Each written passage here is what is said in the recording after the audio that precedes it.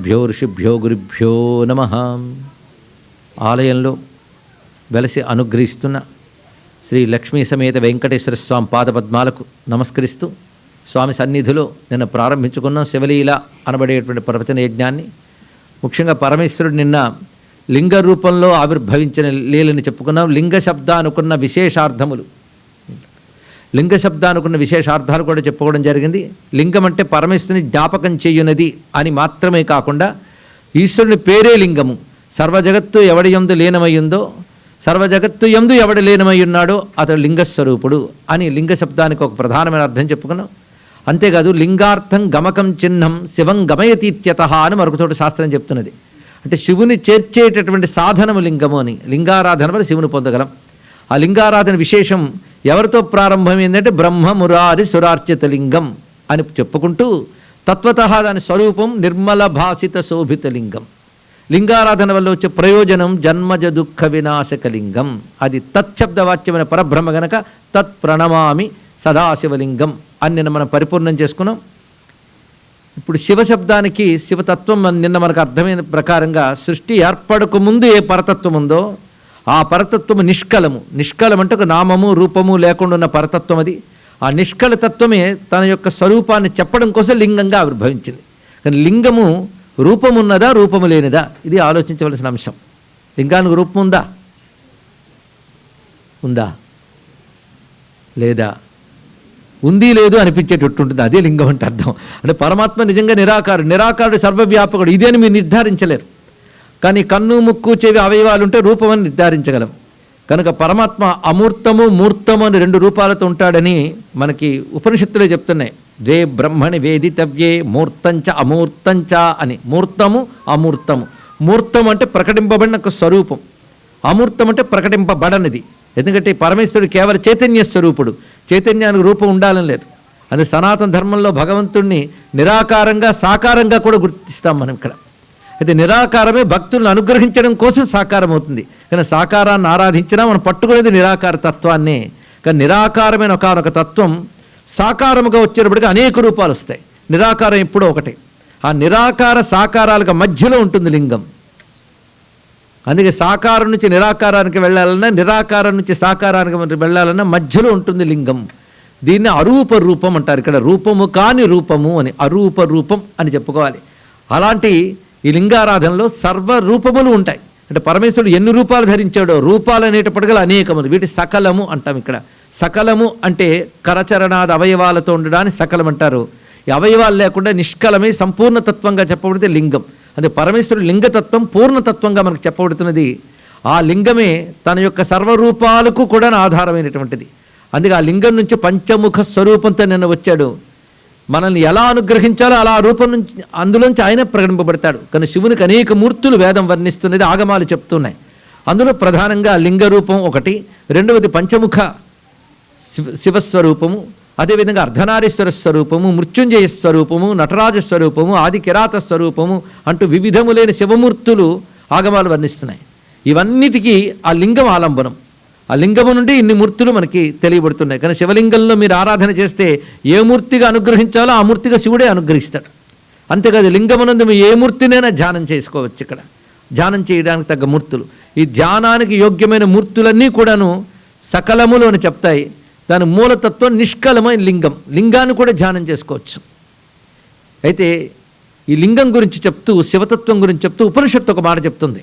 యదా తమస్తన్న దివాన రాత్రి నసన్న చాసత్ శివ ఏవ కేవలః అని శ్వేతాశ్వత ఉపనిషత్తులోని మంత్రం ఇది. అప్పుడు అంటే సృష్టికి పూర్వం ఎలా ఉన్నది అంటే యదా తమస్తన్ నదివా నరాత్రి, వెలుగు లేదు చీకటి లేదు, పగలు లేదు రాత్రి లేదు, కారణము లేదు కార్యము లేదు అన్నాడు. అంటే వెలుగు లేదంటే తప్పనిసరిగా చీకటి ఉండాలి మన దృష్టిలో, చీకటి లేదంటే వెలుగు ఉండాలి. చీకటి వెలుగు రెండూ లేవంటే మనకు సృష్టికి సంబంధించిన చీకటి వెలుగు చూస్తున్నాం. కానీ సృష్టికి అతీతమైన స్థితి ఎలా ఉంటుందో మనం ఊహించగలమా? కానీ అలాంటి స్థితిలో ఉన్నది ఏది అంటే ఏదీ లేకుండా ఏదీ లేదు, ఏదీ లేని దాని నుంచి ఏదీ రాదు. తెలుసుకోండి, ఒక వస్తువు ఉన్నది, అది సద్వస్తువు. ఆ సద్వస్తువే కేవల శివ అన్నారు. ఆ దాని పేరు శివ కేవలం అంటే అదొక్కటే. ఆ శివయేవ కేవల. ఆ శివుని యందు రాబోయే సృష్టికి సంబంధించిన బీజములన్నీ ఆయనలో ఉన్నాయి.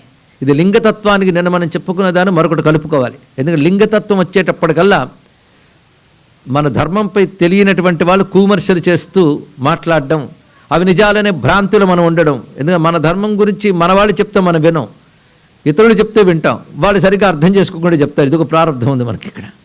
అదే లింగం గురించి చాలా నీచంగా మాట్లాడే వాళ్ళు కూడా మనకు కనబడుతుంటారు. వాళ్ళకి సరిగ్గా తత్వం అర్థం కావట్లేదు. నిన్న లింగం గురించి మనం చెప్పుకున్నాం. లింగం నిరాకార తత్వాన్ని సంకేతం, ఆది మధ్య అంతరహితమైన తత్వం. అందుకే వృత్తాకారంలో శివలింగం ఉంటుంది.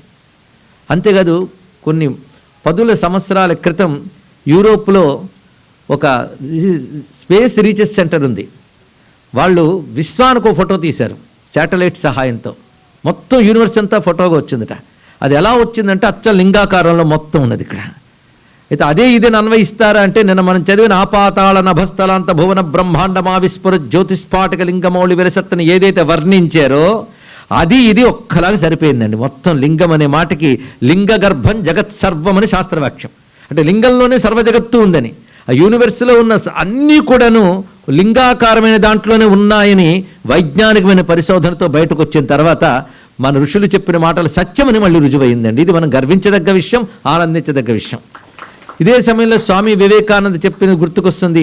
సైన్స్ పెరుగుతున్న కొద్దీ హిందూ మతం గొప్పతనం బయటపడుతుందని 1893లో ఈ దేశంలోనే చాటిన మహానుభావుడు. ఆయన చెప్పిన మాట సత్యమని రుజువయ్యిందని మనం ఇప్పుడు తెలుసుకుంటున్నాం ఇక్కడ. ఇది ఒక ఉదాహరణగా మాత్రం చూపించాం. అచ్చంగా ఆపాతాళ నభస్థలాంత భువన బ్రహ్మాండమా విస్ఫురత్ వర్ణనంతా అందులో కనబడుతుంది. కానీ విశ్వమంతా కలిపి చూస్తూ లింగ గర్భంగా కనబడుతుంది ఇక్కడ. అది పరమేశ్వరుని యొక్క ఆ లింగస్వరూపము. సమస్త విశ్వము దాని యందుంది, సమస్త విశ్వమునందు ఆయన ఉన్నాడు. కనుక లింగం అనగానే ఏదో మనం ఎదురుగా చూస్తున్న ఒక ఆకృతి అని కాకుండా సమస్త విశ్వం వ్యాపించిపోయిన పరమాత్మ ఉన్నాడో ఆయన మనం లింగ రూపంలో ఆరాధిస్తున్నామని తెలుసుకోగలగాలి. దాన్ని బట్టి విశ్వమంతా తానే గనక, విశ్వంలో మనమొకరం గనక విశ్వములు ఏదైనా ఇవ్వగలిగిన ఈశ్వరుడు ఆయన. విశ్వమంతా ఆయన అధీనంలో ఉంది.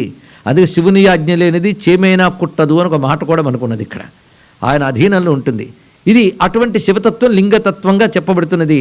ఇది ఆరాధనా యోగ్యం కోసం శాస్త్రం ఒక పద్ధతిని ఏర్పరిచి వివిధ లింగాకారములు మనం ఆరాధన చేస్తాం. అది శిలాకారం కావచ్చు, అలాగే అదేవిధంగా ధాతువులు కావచ్చు, రత్నాలు కావచ్చు, పాదరశలింగాలు ఉన్నాయి.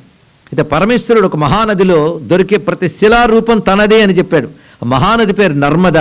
అందులో దొరికేటువంటి శిలలు బాణలింగములు అని పేరు వ్యవహరించబడుతూ ఉంటుంది ఇక్కడ. అయితే ఇక్కడ దాకా వచ్చాం గనక నిన్న బ్రహ్మ విష్ణువుల గురించి చెప్పేటప్పుడు అది ముగ్గురులో ఒకరు ఎక్కువ ఒకరు తక్కువ అని చెప్పడానికి వచ్చింది కాదు. అది సృష్టి స్థితి ఈ రెండు కూడాను అనంతతత్వం ముందు ఎలా ఉంటాయనేదే మనం తెలుసుకున్నాం. ఇంకొకటి యోగపరంగా ఉన్నదండి. అందుకే పురాణాల్లో ఒక్క లీల వెనకాల యోగాలుంటాయి, మంత్రాలుంటాయి, యజ్ఞాలుంటాయి, విశ్వవిజ్ఞాన రహస్యాలుంటాయి. ఇన్నీ కలిసి ప్యాక్ చేస్తాడు ఒక్క కథలు. వాటిని మనం అన్వయించుకునే తీరు తెలియాలి ఇతర శాస్త్రముల సహాయంతో. సూచనలు అక్కడే ఇస్తాడు. మనం మొత్తం చదవం సరిగ్గా, కథ తీసుకుని లాక్కొచ్చేస్తాం, కానీ పక్కనే చూపిస్తాడేనా. చాలామందికి కుండలిని శక్తి గురించి ఒక అవగాహన ఉండి ఉండొచ్చు కదా. అందరూ లలితా శాస్త్రం కూడా చదువుతున్నారు. కుండలిని శక్తి అంటే మూలాధారం నుంచి సహస్రారం వరకు ప్రతివారి వెన్నులో బిసతంతు తనీయసి అని చెప్పబడుతూ తామరతూడులోని దారంలా ఒక శక్తి ప్రసరిస్తుంది. దీన్ని చిచ్చక్తి అంటారు. చిత్ శక్తి. ఈ చిచ్చక్తే ఈ శరీరానికి అంతటికీ చైతన్యాన్ని ఇస్తున్నది. దాన్ని అది ప్రధానమైన నాడి సుషుమ్నా నాడి అయితే ఆ నాడి క్రమంగా మనకి హృదయంలోంచి వచ్చి సర్వనాడులకు ప్రసరిస్తుంటుంది. ఇది సాధారణంగా ఈ సుషుమ్నా నాడిని సాధన చేయడమే యోగం అనిపించుకుంటుంది. అది ఎలా ఉంటుందంటే అష్టం స్తంభాకారంలో ఉంటుందండి. ఇక్కడ స్తంభమే కదా. ఆ స్తంభం ఎక్కడి నుంచి ఉందంటే పాతాళం నుంచి నభస్సు వరకు స్తంభం అని నిన్ననే చెప్పుకుని ఆ పాతాళ నభస్థల అంత. పాతాళం అంటే ఏంటో కాదు, మనకి ఈ క్రింద పిరుదుల నుంచి పాదాల వరకు పాతాళ స్థానమే. పిరుదుల నుంచి భూమి మొదలుగుని భూర్భువస్సువహ మహాజన తప సత్యలోకముల వరకు ఇక్కడ వస్తుంది. కనుక సర్వలోకాలు ఎక్కడో లేవు, ఇక్కడే ఉన్నాయి. సర్వలోకాల్లో ఉన్న పరమాత్మ ఇక్కడే ఉన్నాడు. కనుకనే మూలాధారం నుంచి సహస్రారం వరకు స్తంభంలో ఉన్న సుషుమ్న ఇది ప్రధానం. ఈ సుషుమ్న మన శరీరంలో ఉంది గనక దానికి లిమిటేషన్స్గా అనుకుంటున్నాం. ఏమిటని ఇది మూలాధారం సహస్రాన్ని, కానీ అది అన్లిమిటెడ్ సుషుమ్నా శక్తి. అది అక్కడెక్కడ సూర్యమండలంతో కనెక్ట్ అయి ఉంటుంది. ఇక్కడ మనలో ఉన్న సుషుమ్నా శక్తి అది అనంతం. కానీ మనం దానికి మొదలు కొన అనేది మన శరీరం అనే పరిమితిలో చూస్తున్నాం. దీనికి శంకరులు ఒక మంచి ఉదాహరణ చెప్తారండి. ఒక వెదురు గొట్టం తీసుకుంటే, వెదురు గొట్టం తెలుసు కదా, వెదురు గొట్టంలో స్పేస్ ఎంత ఉంటుంది? బెదురుగొట్టంలో స్పేస్ ఎంత ఉంటుంది? బెదురుగొట్టం ఎంత ఉంటుంది? పెద్ద ఆలోచన ఎందుకమ్మా? అయితే స్పేస్ అంటే ఎక్కడ ఉంటుంది? వెదురుగొట్టంలో ఉంటుందా? మీరు వెదురుగొట్టం అనేది తీసుకుంటే వెదురుగొట్టం అంత స్పేస్ అన్నారు, కానీ స్పేస్ వెదురుగొట్టం అంత ఉండదు, అందులో స్పేస్ ఉంది. అలాగే సుషుమ్ను కూడా ఈ వెన్నులో ఉన్నప్పటికీ అది అనంత శక్తి కలిగినది, దానికి ఆది మధ్య అంతములు లేవు. ఆ సుషుమ్నయ్య అగ్నిలింగంగా చెప్పబడుతుంది. అయితే ఆ సాధన చేసేటప్పుడు ప్రధానంగా మనం 2 నాడులతో, ఉచ్ఛ్వాస నిశ్వాసాలతో 2 నాడులతో సాధన చేస్తాం. దాని ప్రయాణం మాత్రం మూలాధారం నుంచి ఆజ్ఞాచక్రం వరకే వస్తుంది. మీరు గమనించితే అటు ఇటు 2 ఎలా ఉంటాయంటే బ్రహ్మ విష్ణువు నిలబడ్డట్టు ఎడా పింగళ వెళుతూ ఉంటాయి. సుషుమ్న మాత్రం అగ్నిలింగంగా ఆది మధ్యాంతరహితంగా మనలో ఉంటుంది. ఈ యోగ తత్వాన్నే మనం ఈ కథలో కూడా దర్శిస్తున్నాం. శివలింగ తత్వంలో అది రహస్యం అండి. ఇక్కడ ఇలా గమనిస్తూ ఉంటే మనకు ఒక్క శివలింగం వెనకాల ఎన్ని కథలు ఉన్నాయో. అయితే మన కథ బాగా అర్థమవుతుంది, తత్వం అర్థం కాదు. అందుకు ముందు ఏదో ఒకటి కథ వెళ్ళని లోపలికని పంపించేశారు పెద్దవాళ్ళు మనకి. ఇలా ఆలోచిస్తే నేను ధ్యానతత్వంలో అనంత కాలతత్వం, అనంత విశ్వతత్వం, ఆ ఇన్ఫినిటీ అనే తత్వము లింగము ద్వారా తెలియబడుతుంది. పరమాత్మ అంటేనే అనంతము, సత్యం, జ్ఞానం, అనంతం బ్రహ్మ. దాని యందు అన్నీ లీనమై ఉన్నాయి. అది అన్నిట్లో నేను ఎందుకంటే లింగం, ఇది లింగ శబ్దానికి అర్థం చెప్పుకున్నాం ఇక్కడ. అదేవిధంగా మరొకటి, లింగము అన్నప్పుడు ఒక నీచార్థంలో మాట్లాడుతూ ఉంటారు కదా, వాళ్ళు ఆ కాన్సెప్ట్ని అర్థం చేసుకోలేదు చెప్పాలి. నేను శివలింగంలో ఈ తత్వంతో పాటు మరొక రూపం కూడా మనం పరిశీలిస్తాం. కొన్ని చోట్ల లింగారాధన అన్నప్పుడు వీళ్ళు అనుకునేదానికి అవకాశం ఇచ్చిన స్వరూపం కనబడుతుంది, కానీ అసలు దాని గురించి అర్థం చేసుకునే ప్రయత్నం చేద్దాం. ఈ జగత్తంతా ఏర్పడకముందు ఎక్కడున్నది? పరమాత్మ యందు ఉన్నది. ఆయన ఏం చేశాడంటే తన యందు బీజ రూపంలో ఉన్నదాన్ని సృష్టి కాలం వచ్చినప్పుడు ప్రకృతిలో ప్రవేశింపజేశాడు. ఆ బీజాన్ని ఆయన ప్రవేశింపజేయడం వల్ల ప్రకృతి ఒక్కసారి చైతన్యవంతమై ఆ బీజాలని రకరకాల జీవులుగా జగత్తుగా ఉత్పన్నం చేసింది. దీనికి సంబంధించి గీతలో భగవానుడు ఒక మాట చెప్తున్నాడు, తాసాం బ్రహ్మ మహద్యోని అహం బీజప్రదప్పిత అని వాక్యం మనకు కనబడుతుంది. యో యోనిం అధితిష్టత్యేకః అని ఉపనిషత్తులు కూడా వాక్యం కనబడుతున్నది ఇక్కడ. అంటే పరమాత్మ ఈ సృష్టి జరిగే సమయం అంటే ఆయన చేసేయాలనుకోడు, దానికి ఆవిర్భవించే సమయం ఒకటి వస్తుంది. ఎలాగైతే పంటలకు ఒక సీజన్ ఉంటుందో జీవులకు కూడా దానికి ఉత్పత్తి తగ్గ కాలం ఉంటుంది ఇక్కడ. అంతవరకు అవన్నీ పరమాత్మ యందు లీనమై ఉంటాయి. ఇది ఎలాంటిది అంటే మాతృగర్భంలోకి బీజం ప్రవేశిస్తేనే జీవుడు తయారవుతాడు, రూపం వస్తుంది. తయారు కాకముందు ఎక్కడున్నాడు? తండ్రి యందు బీజ రూపంలో ఉన్నవాడు మాతృగర్భంలోకి ప్రవేశించాడు ఇక్కడ. అలా ప్రకృతి అనే మాతృగర్భంలోకి పరమేశ్వరుడు యందు ఉన్న సృష్టి అనే బీజములు ప్రవేశిస్తే సృష్టి వ్యక్తమవుతుంది. ఇలా ఆలోచిస్తే పరమాత్మ యందు సృష్టి బీజములు ఉన్నప్పుడు ఆయన ఏమయ్యాడు? తండ్రి స్థానమే కదా. తర్వాత ప్రకృతి యందు ప్రవేశించినప్పుడు మాతృస్థానమైంది కదా. ఈ 2 తత్వాన్ని కలిపి చూడాలి కదా. అదే మనకి లింగము పానవట్టముగా చెప్తూ జననీ జనక భావాన్ని చూపిస్తున్నది. ఇది రహస్యమైన అంశం ఇక్కడ. అందుకే సృష్టి యొక్క సర్వబీజములు తనలో కలిగిన వాడు లింగరూపుడు. ఇది అద్భుతమైన భావం అండి ఇక్కడ. లింగం అని ఎవరైనా మీకు ఏమిటి మీ హిందూ మతంలో లింగాన్ని ఎందుకు ఆరాధన చేస్తారంటే నిన్న ఇవాళ కలిపి చెప్పుకొని చెప్తే చాలు. ఎందుకంటే ఒక్క లింగతత్వం మీకు చెప్తేనే కొన్ని రోజులు పడుతుంది, కానీ శివలీలలో భాగంగా ఎన్నో చెప్పాలి కనుక క్లుప్తంగా చెప్పుకుంటూ పెడుతున్నాం. ఒక్కడి చెప్పినా గట్టిగా అర్థం చేసుకునేటువంటి మేధస్సున్న శ్రోతలు ఉన్నారనే భావంతో నేను చెప్తున్నాను ఇక్కడ. కానీ శివలింగారాధనలో విశేషం ఇది. సర్వ జగత్తు బీజములాని ఉన్నాయి. మీకు ఏది కావాలన్నా ఆ బీజాలు ఎవరి దగ్గర ఉన్నాయో వాడే ఇవ్వగలడు. కానీ సర్వ జగత్తు బీజ రూపంలో ప్రళయకాలంలో తన యందు కలిగి ఉంటాడు, అప్పుడు వ్యక్తం కాదు. మళ్ళీ సృష్టి ఆరంభకాలంలో తన నుంచి వ్యక్తపరుస్తాడు. ఒక పరి జగముల వెలినిడి ఒక పరి లోపలికి గొనుచు భయము తానై అని వర్ణించినట్లుగా ఇది లింగతత్వం యొక్క స్వరూపం అర్థం చేసుకున్నాం. తర్వాత జగదారంభం అయినప్పుడు ఆ బ్రహ్మదేవుడి ఆవిర్భావ కథ చెప్పుకున్నాం కదా. ఆ బ్రహ్మదేవుడు తిరిగి సృష్టి చేయడానికి సంకల్పించుకొని భగవంతుని శక్తితో సృష్టి ప్రారంభించాడు. మొదట వచ్చింది మానసీ సృష్టి, అంటే మనస్సు నుంచి కలిగింది.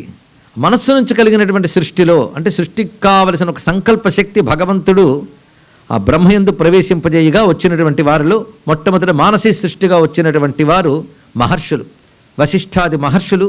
అలాగే ప్రజాపతులు కూడా చాలామంది వచ్చారు. క్రతు, అంగిరా, పులహ, పులస్త్యాది, అలాగే దక్షాది ప్రజాపతులు, కర్దముడు మొదలైన ప్రజాపతులు కూడా బ్రహ్మ మనస్సు నుంచి వచ్చారు. ఇది అంత పురుష సృష్టి. ఇలా ఆవిర్భవిస్తున్న సమయంలో దీన్ని ఎలా కొనసాగించాలని ఆలోచిస్తున్నాడు. మొట్టమొదటి నిజానికి వచ్చింది సనక సనందనాథులండి. ఆ సనక సనందనాథులు వచ్చినప్పుడు మీరు సృష్టి యందు ప్రవర్తించాలి, సృష్టిని విస్తరింపజేయాలంటే మాకు ఆ గోల పెట్టకయ్యా అన్నారు వాళ్ళు ఇక్కడ. ఎందుకంటే మేము నివృత్తి మార్గగాములం, మేము సంసారంలోకి ప్రవృత్తి మార్గంలోకి రాము. అనగానే వెంటనే బ్రహ్మకు కోపం వచ్చి మీరు ఎప్పుడు 5 ఏళ్ల ప్రాయంలో ఉండిపోతారని చెప్పించాడు. అయితే బ్రహ్మజ్ఞానికి వయస్సు శరీరంతో సంబంధం లేదు, ఉంటూ ఉన్నాం కానీ జ్ఞానంతో ఉన్నాం చాలు అనుకున్నారు. చూశాడు. తర్వాత నారదుల వారు వచ్చారు, ఆయన ఇది పని, ఇలాగైతే సృష్టి అలా కొనసాగిస్తానని బాధపడుతున్నాడు ఆయన. అప్పుడు బాధపడుతూ ఒక ఉక్రోషం వచ్చింది, దుఃఖం వచ్చింది. అంటే బ్రహ్మ తనంత తానేది సృష్టి చేయడు, ఇది బాగా గుర్తుపెట్టుకోండి.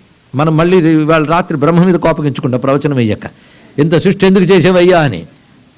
వర్షం పడితే మొక్కలు అనేకం వస్తాయి, అప్పుడు వర్షం వల్ల అన్ని మొక్కలు వచ్చాయి అంటామా? అనమా? వర్షం వల్లే వచ్చాయి. కానీ అందులో ముళ్ళ చెట్లు ఉండొచ్చు, పళ్ళ చెట్లు ఉండొచ్చు, దాని అంతటికి వర్షం కారణం అనకూడదు. ఆ బీజంలో ఉన్న లక్షణం బట్టి వస్తాయి, వర్షం అని బయటకు తీసుకుంది. బ్రహ్మదేవుడు కూడా చేసే పని అదండి. ఆ జీవులకు తగ్గ శరీరాలు కల్పన చేస్తాడు. ఇప్పుడు తాను చేయదలుచుకున్నది ఏంటంటే, ఇది వరకు కర్మలు చేసి లేని బీజాలు ఉండిపోయిన వాళ్ళవి ఈ సృష్టిలో విస్తరింపజేయాలంటే వాళ్ళ సుఖదుఖాలు కావలసిన శరీరాలు ఇవ్వాలి, అదే ఆయన పని. ఆ సృష్టిని విస్తరింపజేయమంటే ఎవడో హెల్ప్ చేయట్లేదు. ఇప్పుడు ఇంకే ఎలా విస్తరించాలో తెలియట్లేదు. దాని ఉక్రోషం వచ్చింది, దుఃఖం వచ్చింది. ఒక్కసారి ఉక్రోషంతో ఏడుపు వచ్చేస్తుంది, దుఃఖం. ఆ దుఃఖ సమయంలో ఇంకేం చేయాలో తెలియక ధ్యానం చేశారండి. ఇది జాగ్రత్తగా వినవలసిన విషయం. ఆ ధ్యానం చేస్తున్నప్పుడు ఆయన ముందే చెప్పాడు కదా, శివలింగ స్వరూపం అది. ఆ ధ్యానం చేస్తూ భూమధ్య స్థానంలో ధ్యానం చేయాలి శివలింగాన్ని. శివలింగాన్ని ధ్యానం చేయవలసిన చోట్లు 3 ఉన్నాయి. మూలాధారం, హృదయం, ఆజ్ఞాచక్ర స్థానం.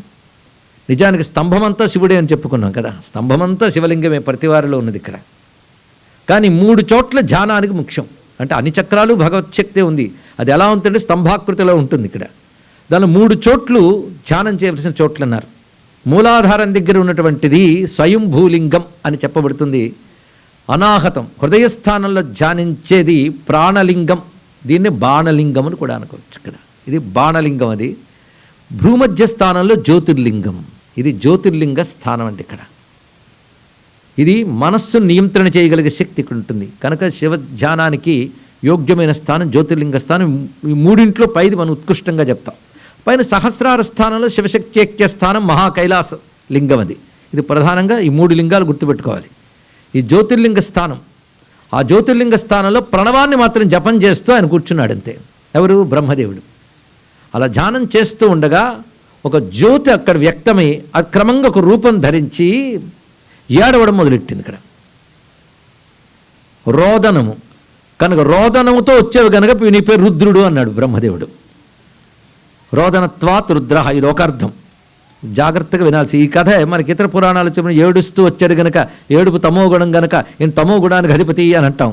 ఏడుపు ప్రాణలక్షణం, ఇది తెలుసుకోవాలి. ఏడుపు ప్రాణలక్షణం. చిన్నప్పుడు పిల్లాడు పుడితే ఏడిస్తేనే, వాడు ఏడవకుండా వస్తే అది రోగం, అవునా లేదా? అదే ది ఫస్ట్ సౌండ్ ఈజ్ రోదనం. మనిషి చేసే మొదటి చప్పుడు ఏడుపే. ఏడవకపోతే అది పెద్ద బాధాకరం. కనుక పిల్లవాడు ఏడిపోయినగానే బయట ప్రసూతి గృహంలో పిల్లాడు పుట్టాడో పిల్ల పుట్టిన అరుపులు మనం వింటూ ఉంటాం కదా. కనుక ఏడుపు ప్రాణం యొక్క లక్షణం అంట. ఏడిచేది ఏడిపించేది ప్రాణం అన్నారు ఇక్కడ. ఆ ఏడుపు మామూలు ఏడుపు కాదండి, శబ్దం. అది శబ్దము అని అర్థం ఇక్కడ. అది తెలియక రోదన నుంచి వచ్చాడు కనుక రుద్రుడు, ఈ అర్థాలు తీయడానికి లేదు ఇక్కడ. కనుక ప్రాణం యొక్క లక్షణం ఇది. ఆ విధంగా ప్రాణాలు ఎన్ని? పంచప్రాణాలు అంటూ ఉంటాను. నువ్వంటే నాకు పంచప్రాణాలను అయినా, పంచప్రాణాల పేర్లు ఎవరికి తెలియవు. చూసారు హిందూ మతంలో ఎంత నాలెడ్జ్ ఉందో తెలుసుకోవడానికి. అందుకే వీటి మీద క్లాసెస్ పెట్టాలి, పెద్ద కోర్స్ తయారు చేయాలండి వీటికి. ఇక్కడ పంచప్రాణాలు ఏమిటి? ప్రాణ, అపాన, వ్యాన, ఉదాన, సమాన. నేను వాటి గురించి ఉపన్యాసం ఇస్తే ఎందుకు ఆ పేర్లు పెట్టాలని పెద్ద టైం పడుతుంది. అంటే పంచప్రాణాలు ఎక్కడ ఉంటాయంటే హిందువుల పురాణాల్లో ఉంటాయి కాదు, మనలో ఉంటాయి ప్రతి వాళ్ళు ఇక్కడ. వీటికి ఉపప్రాణాలు మరొక 5 ఉంటాయి. నాగ, కూర్మ, కృకర, దేవదత్త, ధనంజయ అని. వీటి పనులు చాలా ఉన్నాయండి, 10. ఈ 10 పని చేయాలంటే ఒక ప్రాణం ఉండాలట. ఈ ప్రాణాలు మారుతూ ఉంటే పని చేస్తుంటాయి. ఈ పని చేయడానికి మరొక ప్రాణం ఉంది, అది మనలో ఆత్మరూపుడైన భగవంతుడు. అతను ప్రాణస్య ప్రాణః అని ఉపనిషత్తు చెప్తోంది. ప్రాణాలకే ప్రాణమైన వాడు, వాడు 11వ వాడు. ఎంత కలిపితే ఎంతమంది అయ్యారు? 11. వీళ్ళే ఏకాదశి రుద్రుడు అండి. మనలో ఉన్నటువంటి ఏకాదశి రుద్రుడు వారే. ఆ ఏకాదశి రుద్ర రూపుడైన రుద్రుడు వచ్చాడు ఆయన అని రుద్ర అని పేరు పెట్టాడు ఇక్కడ బ్రహ్మదేవుడు. నువ్వేదైనా సహాయం చేయవయ్యా అన్నాడు. అక్కడి నుంచి ఈ ప్రకృతి యందు ముందు 8 స్వరూపాలకి కంట్రోల్లో పెట్టుకోవడానికి రుద్రుడు వ్యాపించాడు ప్రపంచంలో. ఆ 8 పంచభూతాలు సూర్యుడు, చంద్రుడు, యజమాని. యజమాని అంటే యజ్ఞము చెయ్యువాడు అని ఒక అర్థము. ఈ 8వ దాన్ని మనలో క్షేత్రజ్ఞుడు అని కూడా చెప్తారు. క్షేత్రజ్ఞుడు అంటే శరీరం క్షేత్రమైతే దీనిలో జ్ఞానాన్ని ప్రసరింపజేసిన ఆత్మరూపుడు క్షేత్రజ్ఞుడు. ప్రతి వాళ్ళు జీవుడు అంటారు దీన్నే. కానీ జీవుడు ఇప్పుడు మరొక్కసారి చెప్తాను, 8 కూడా గుర్తుపెట్టుకోండి. పంచభూతాలు, సూర్యుడు, చంద్రుడు, జీవుడు, ఈ 8 తప్ప ప్రపంచంలో మరొకటి లేదని నేను అంటాను. మీరు ఒప్పుకుంటారా? ఇప్పుడు ఆలోచించే టైం లేదు కానీ ఒప్పేసుకుంటే సరిపోతుంది. ఇంతే ఉన్నాయండి. మీలోనైనా నాలోనైనా మెటీరియల్ ఇదే, చుట్టూ ఉన్న దానిలో మెటీరియల్ ఇదే. పంచభూతాలు, ఎక్కడ మనం చూస్తున్న విశ్వమంతా పంచభూతాలే, ప్లస్ సూర్యచంద్రులు, ప్లస్ జీవుడు. నేను నేను అనే అహంకార రూపంలో ఎవడుంటాడు వాడు. ఈ 8 యందు ఈ రుద్రశక్తి వ్యాపించింది. దీన్ని అష్టమూర్తులు అని అంటారు. రుద్రుని యొక్క అష్టమూర్తులు. 8ంటికి మళ్ళీ 8 పేర్లు వచ్చాయి. ఈ 8 పేర్లతో నిత్యం శివార్చన చేసుకున్నట్లయితే ఈ 8 మనకు క్షేమంగా మారుతాయట. ఇది బాగుంది కదా, మనకి 8 బాగుంటే చాలు. అంతే, 8 బాగుంటే చాలు. మీలో 8, నాలో 8, అందరిలో 8 బాగుంటే చాలు. ఇక్కడ అంటే పంచభూతాలు బాగుంటే ఆరోగ్యం బాగుంటుంది. సూర్యుడు చంద్రుడు అంటే మన దృష్టి బుద్ధి సూర్యుడు, మనస్సు చంద్రుడు. చంద్రమా మనసో జాత.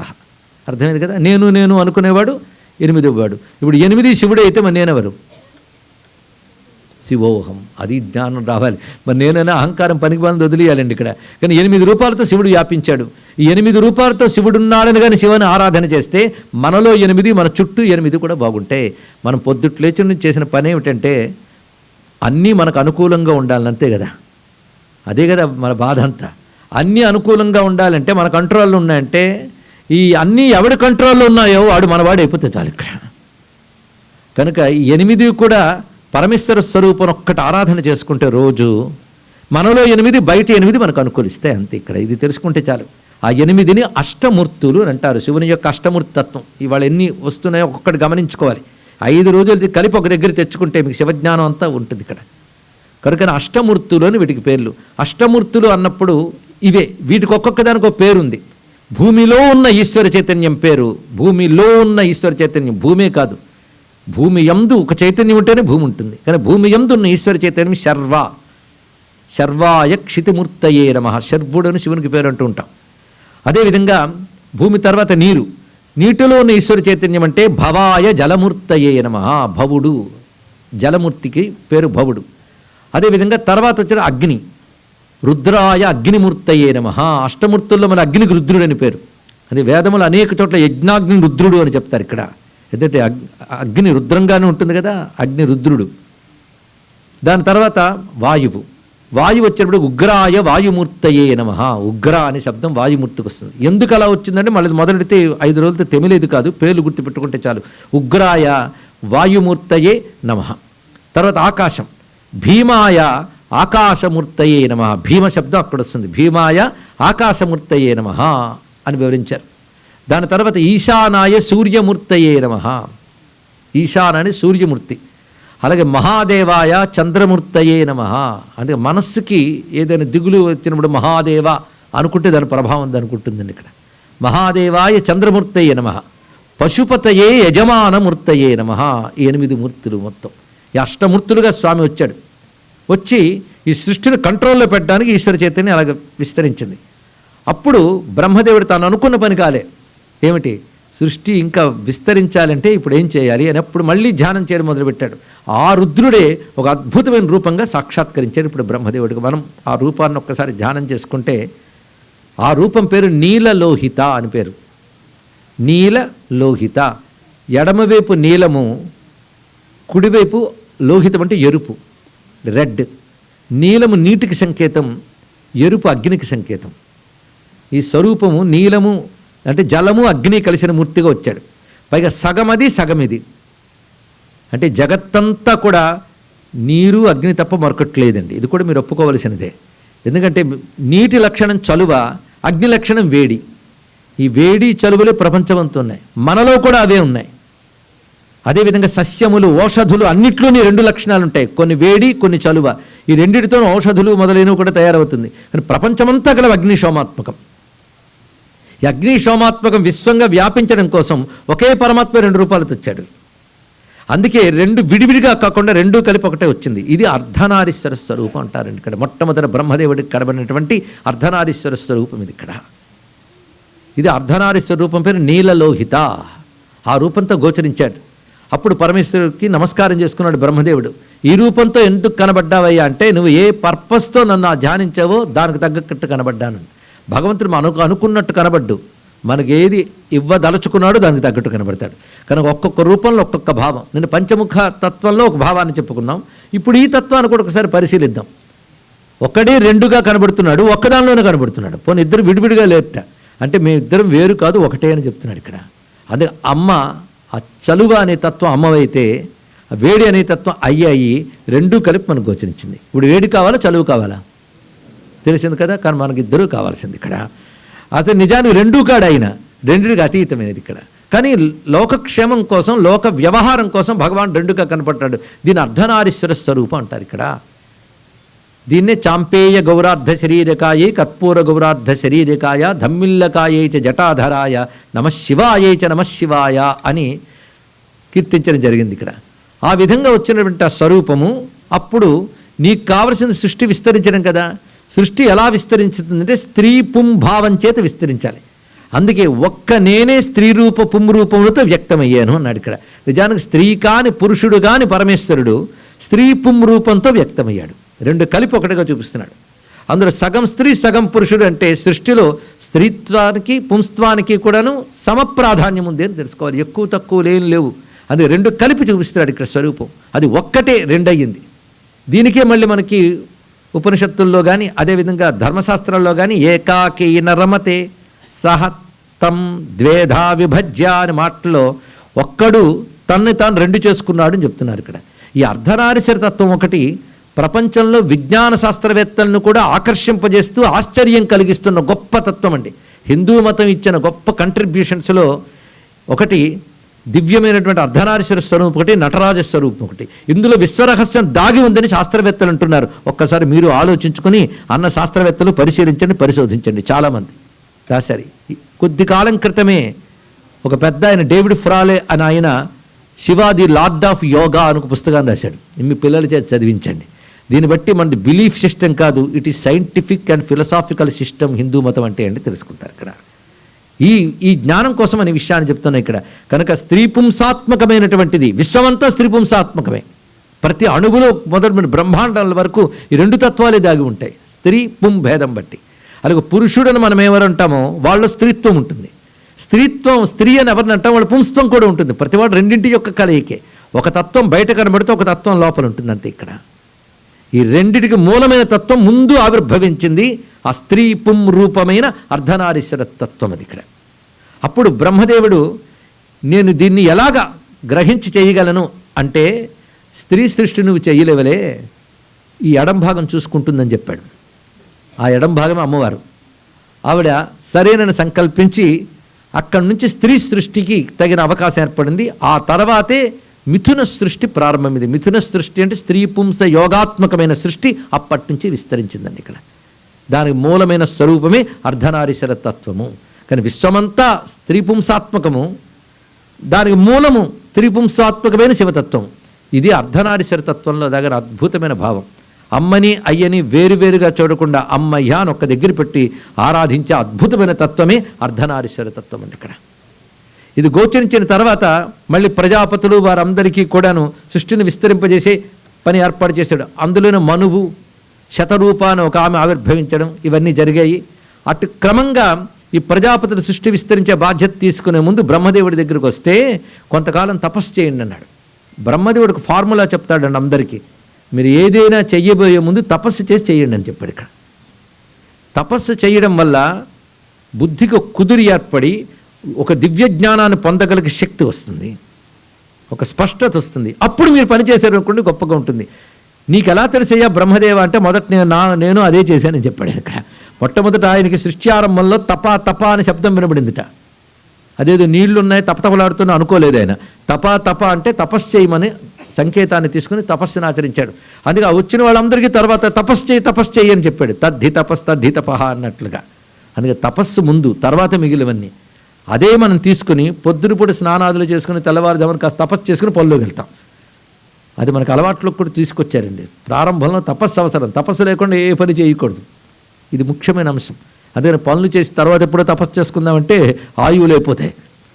తపస్సుతోనే పనులన్నీ చేయాలి. అందుకే బ్రహ్మదేవుడు మొట్టమొదటి వీళ్ళకి తపస్సులు చేయమని చెప్పాడు. ఎవరి తపస్సులు వాళ్ళు చేశారు. కర్దమ ప్రజాపతి తపస్సు చేసి నారాయణ సాక్షాత్కారం పొంది ఆయన అనుగ్రహంతో 9 మంది స్త్రీ సంతానాన్ని పొందాడు. వారు చాలా ఉత్తములైనటువంటి వారు. అందులోనే అనసూయ, అరుంధతి ఇత్యాదులందరూ 9 మంది సంతానంలో 10వ సంతానంగా నారాయణుడే కపిలాచార్యుడిగా అవతరించాడని భాగవతాది గ్రంథాలు మనకు చెప్తున్నాయి. ఇంకోటి దక్షుడు ప్రజాపతి. ఆయనకేం చేశాడంటే, నీకు కూడా మంచి స్త్రీ సంతానం కలగాలయ్యా, దీనికి గాను నీకు మంత్రాన్ని ఉపదేశిస్తున్నాను, ఆ మంత్రాన్ని బాగా జపం చెయ్యు, దాన్ని బట్టి శక్తి యొక్క అనుగ్రహం లభిస్తుంది. దీన్ని బట్టి శివపార్వతులని మనం ఏదంటున్నామో వాళ్ళు కొత్తగా వచ్చి పెళ్లి చేసుకున్న వాళ్ళు కాదు, ఎప్పుడు ఉన్నవాళ్ళే వాళ్ళు. శివుడున్నా అంటే శక్తి ఉంది, శక్తి ఉంటే శివుడున్నాడు.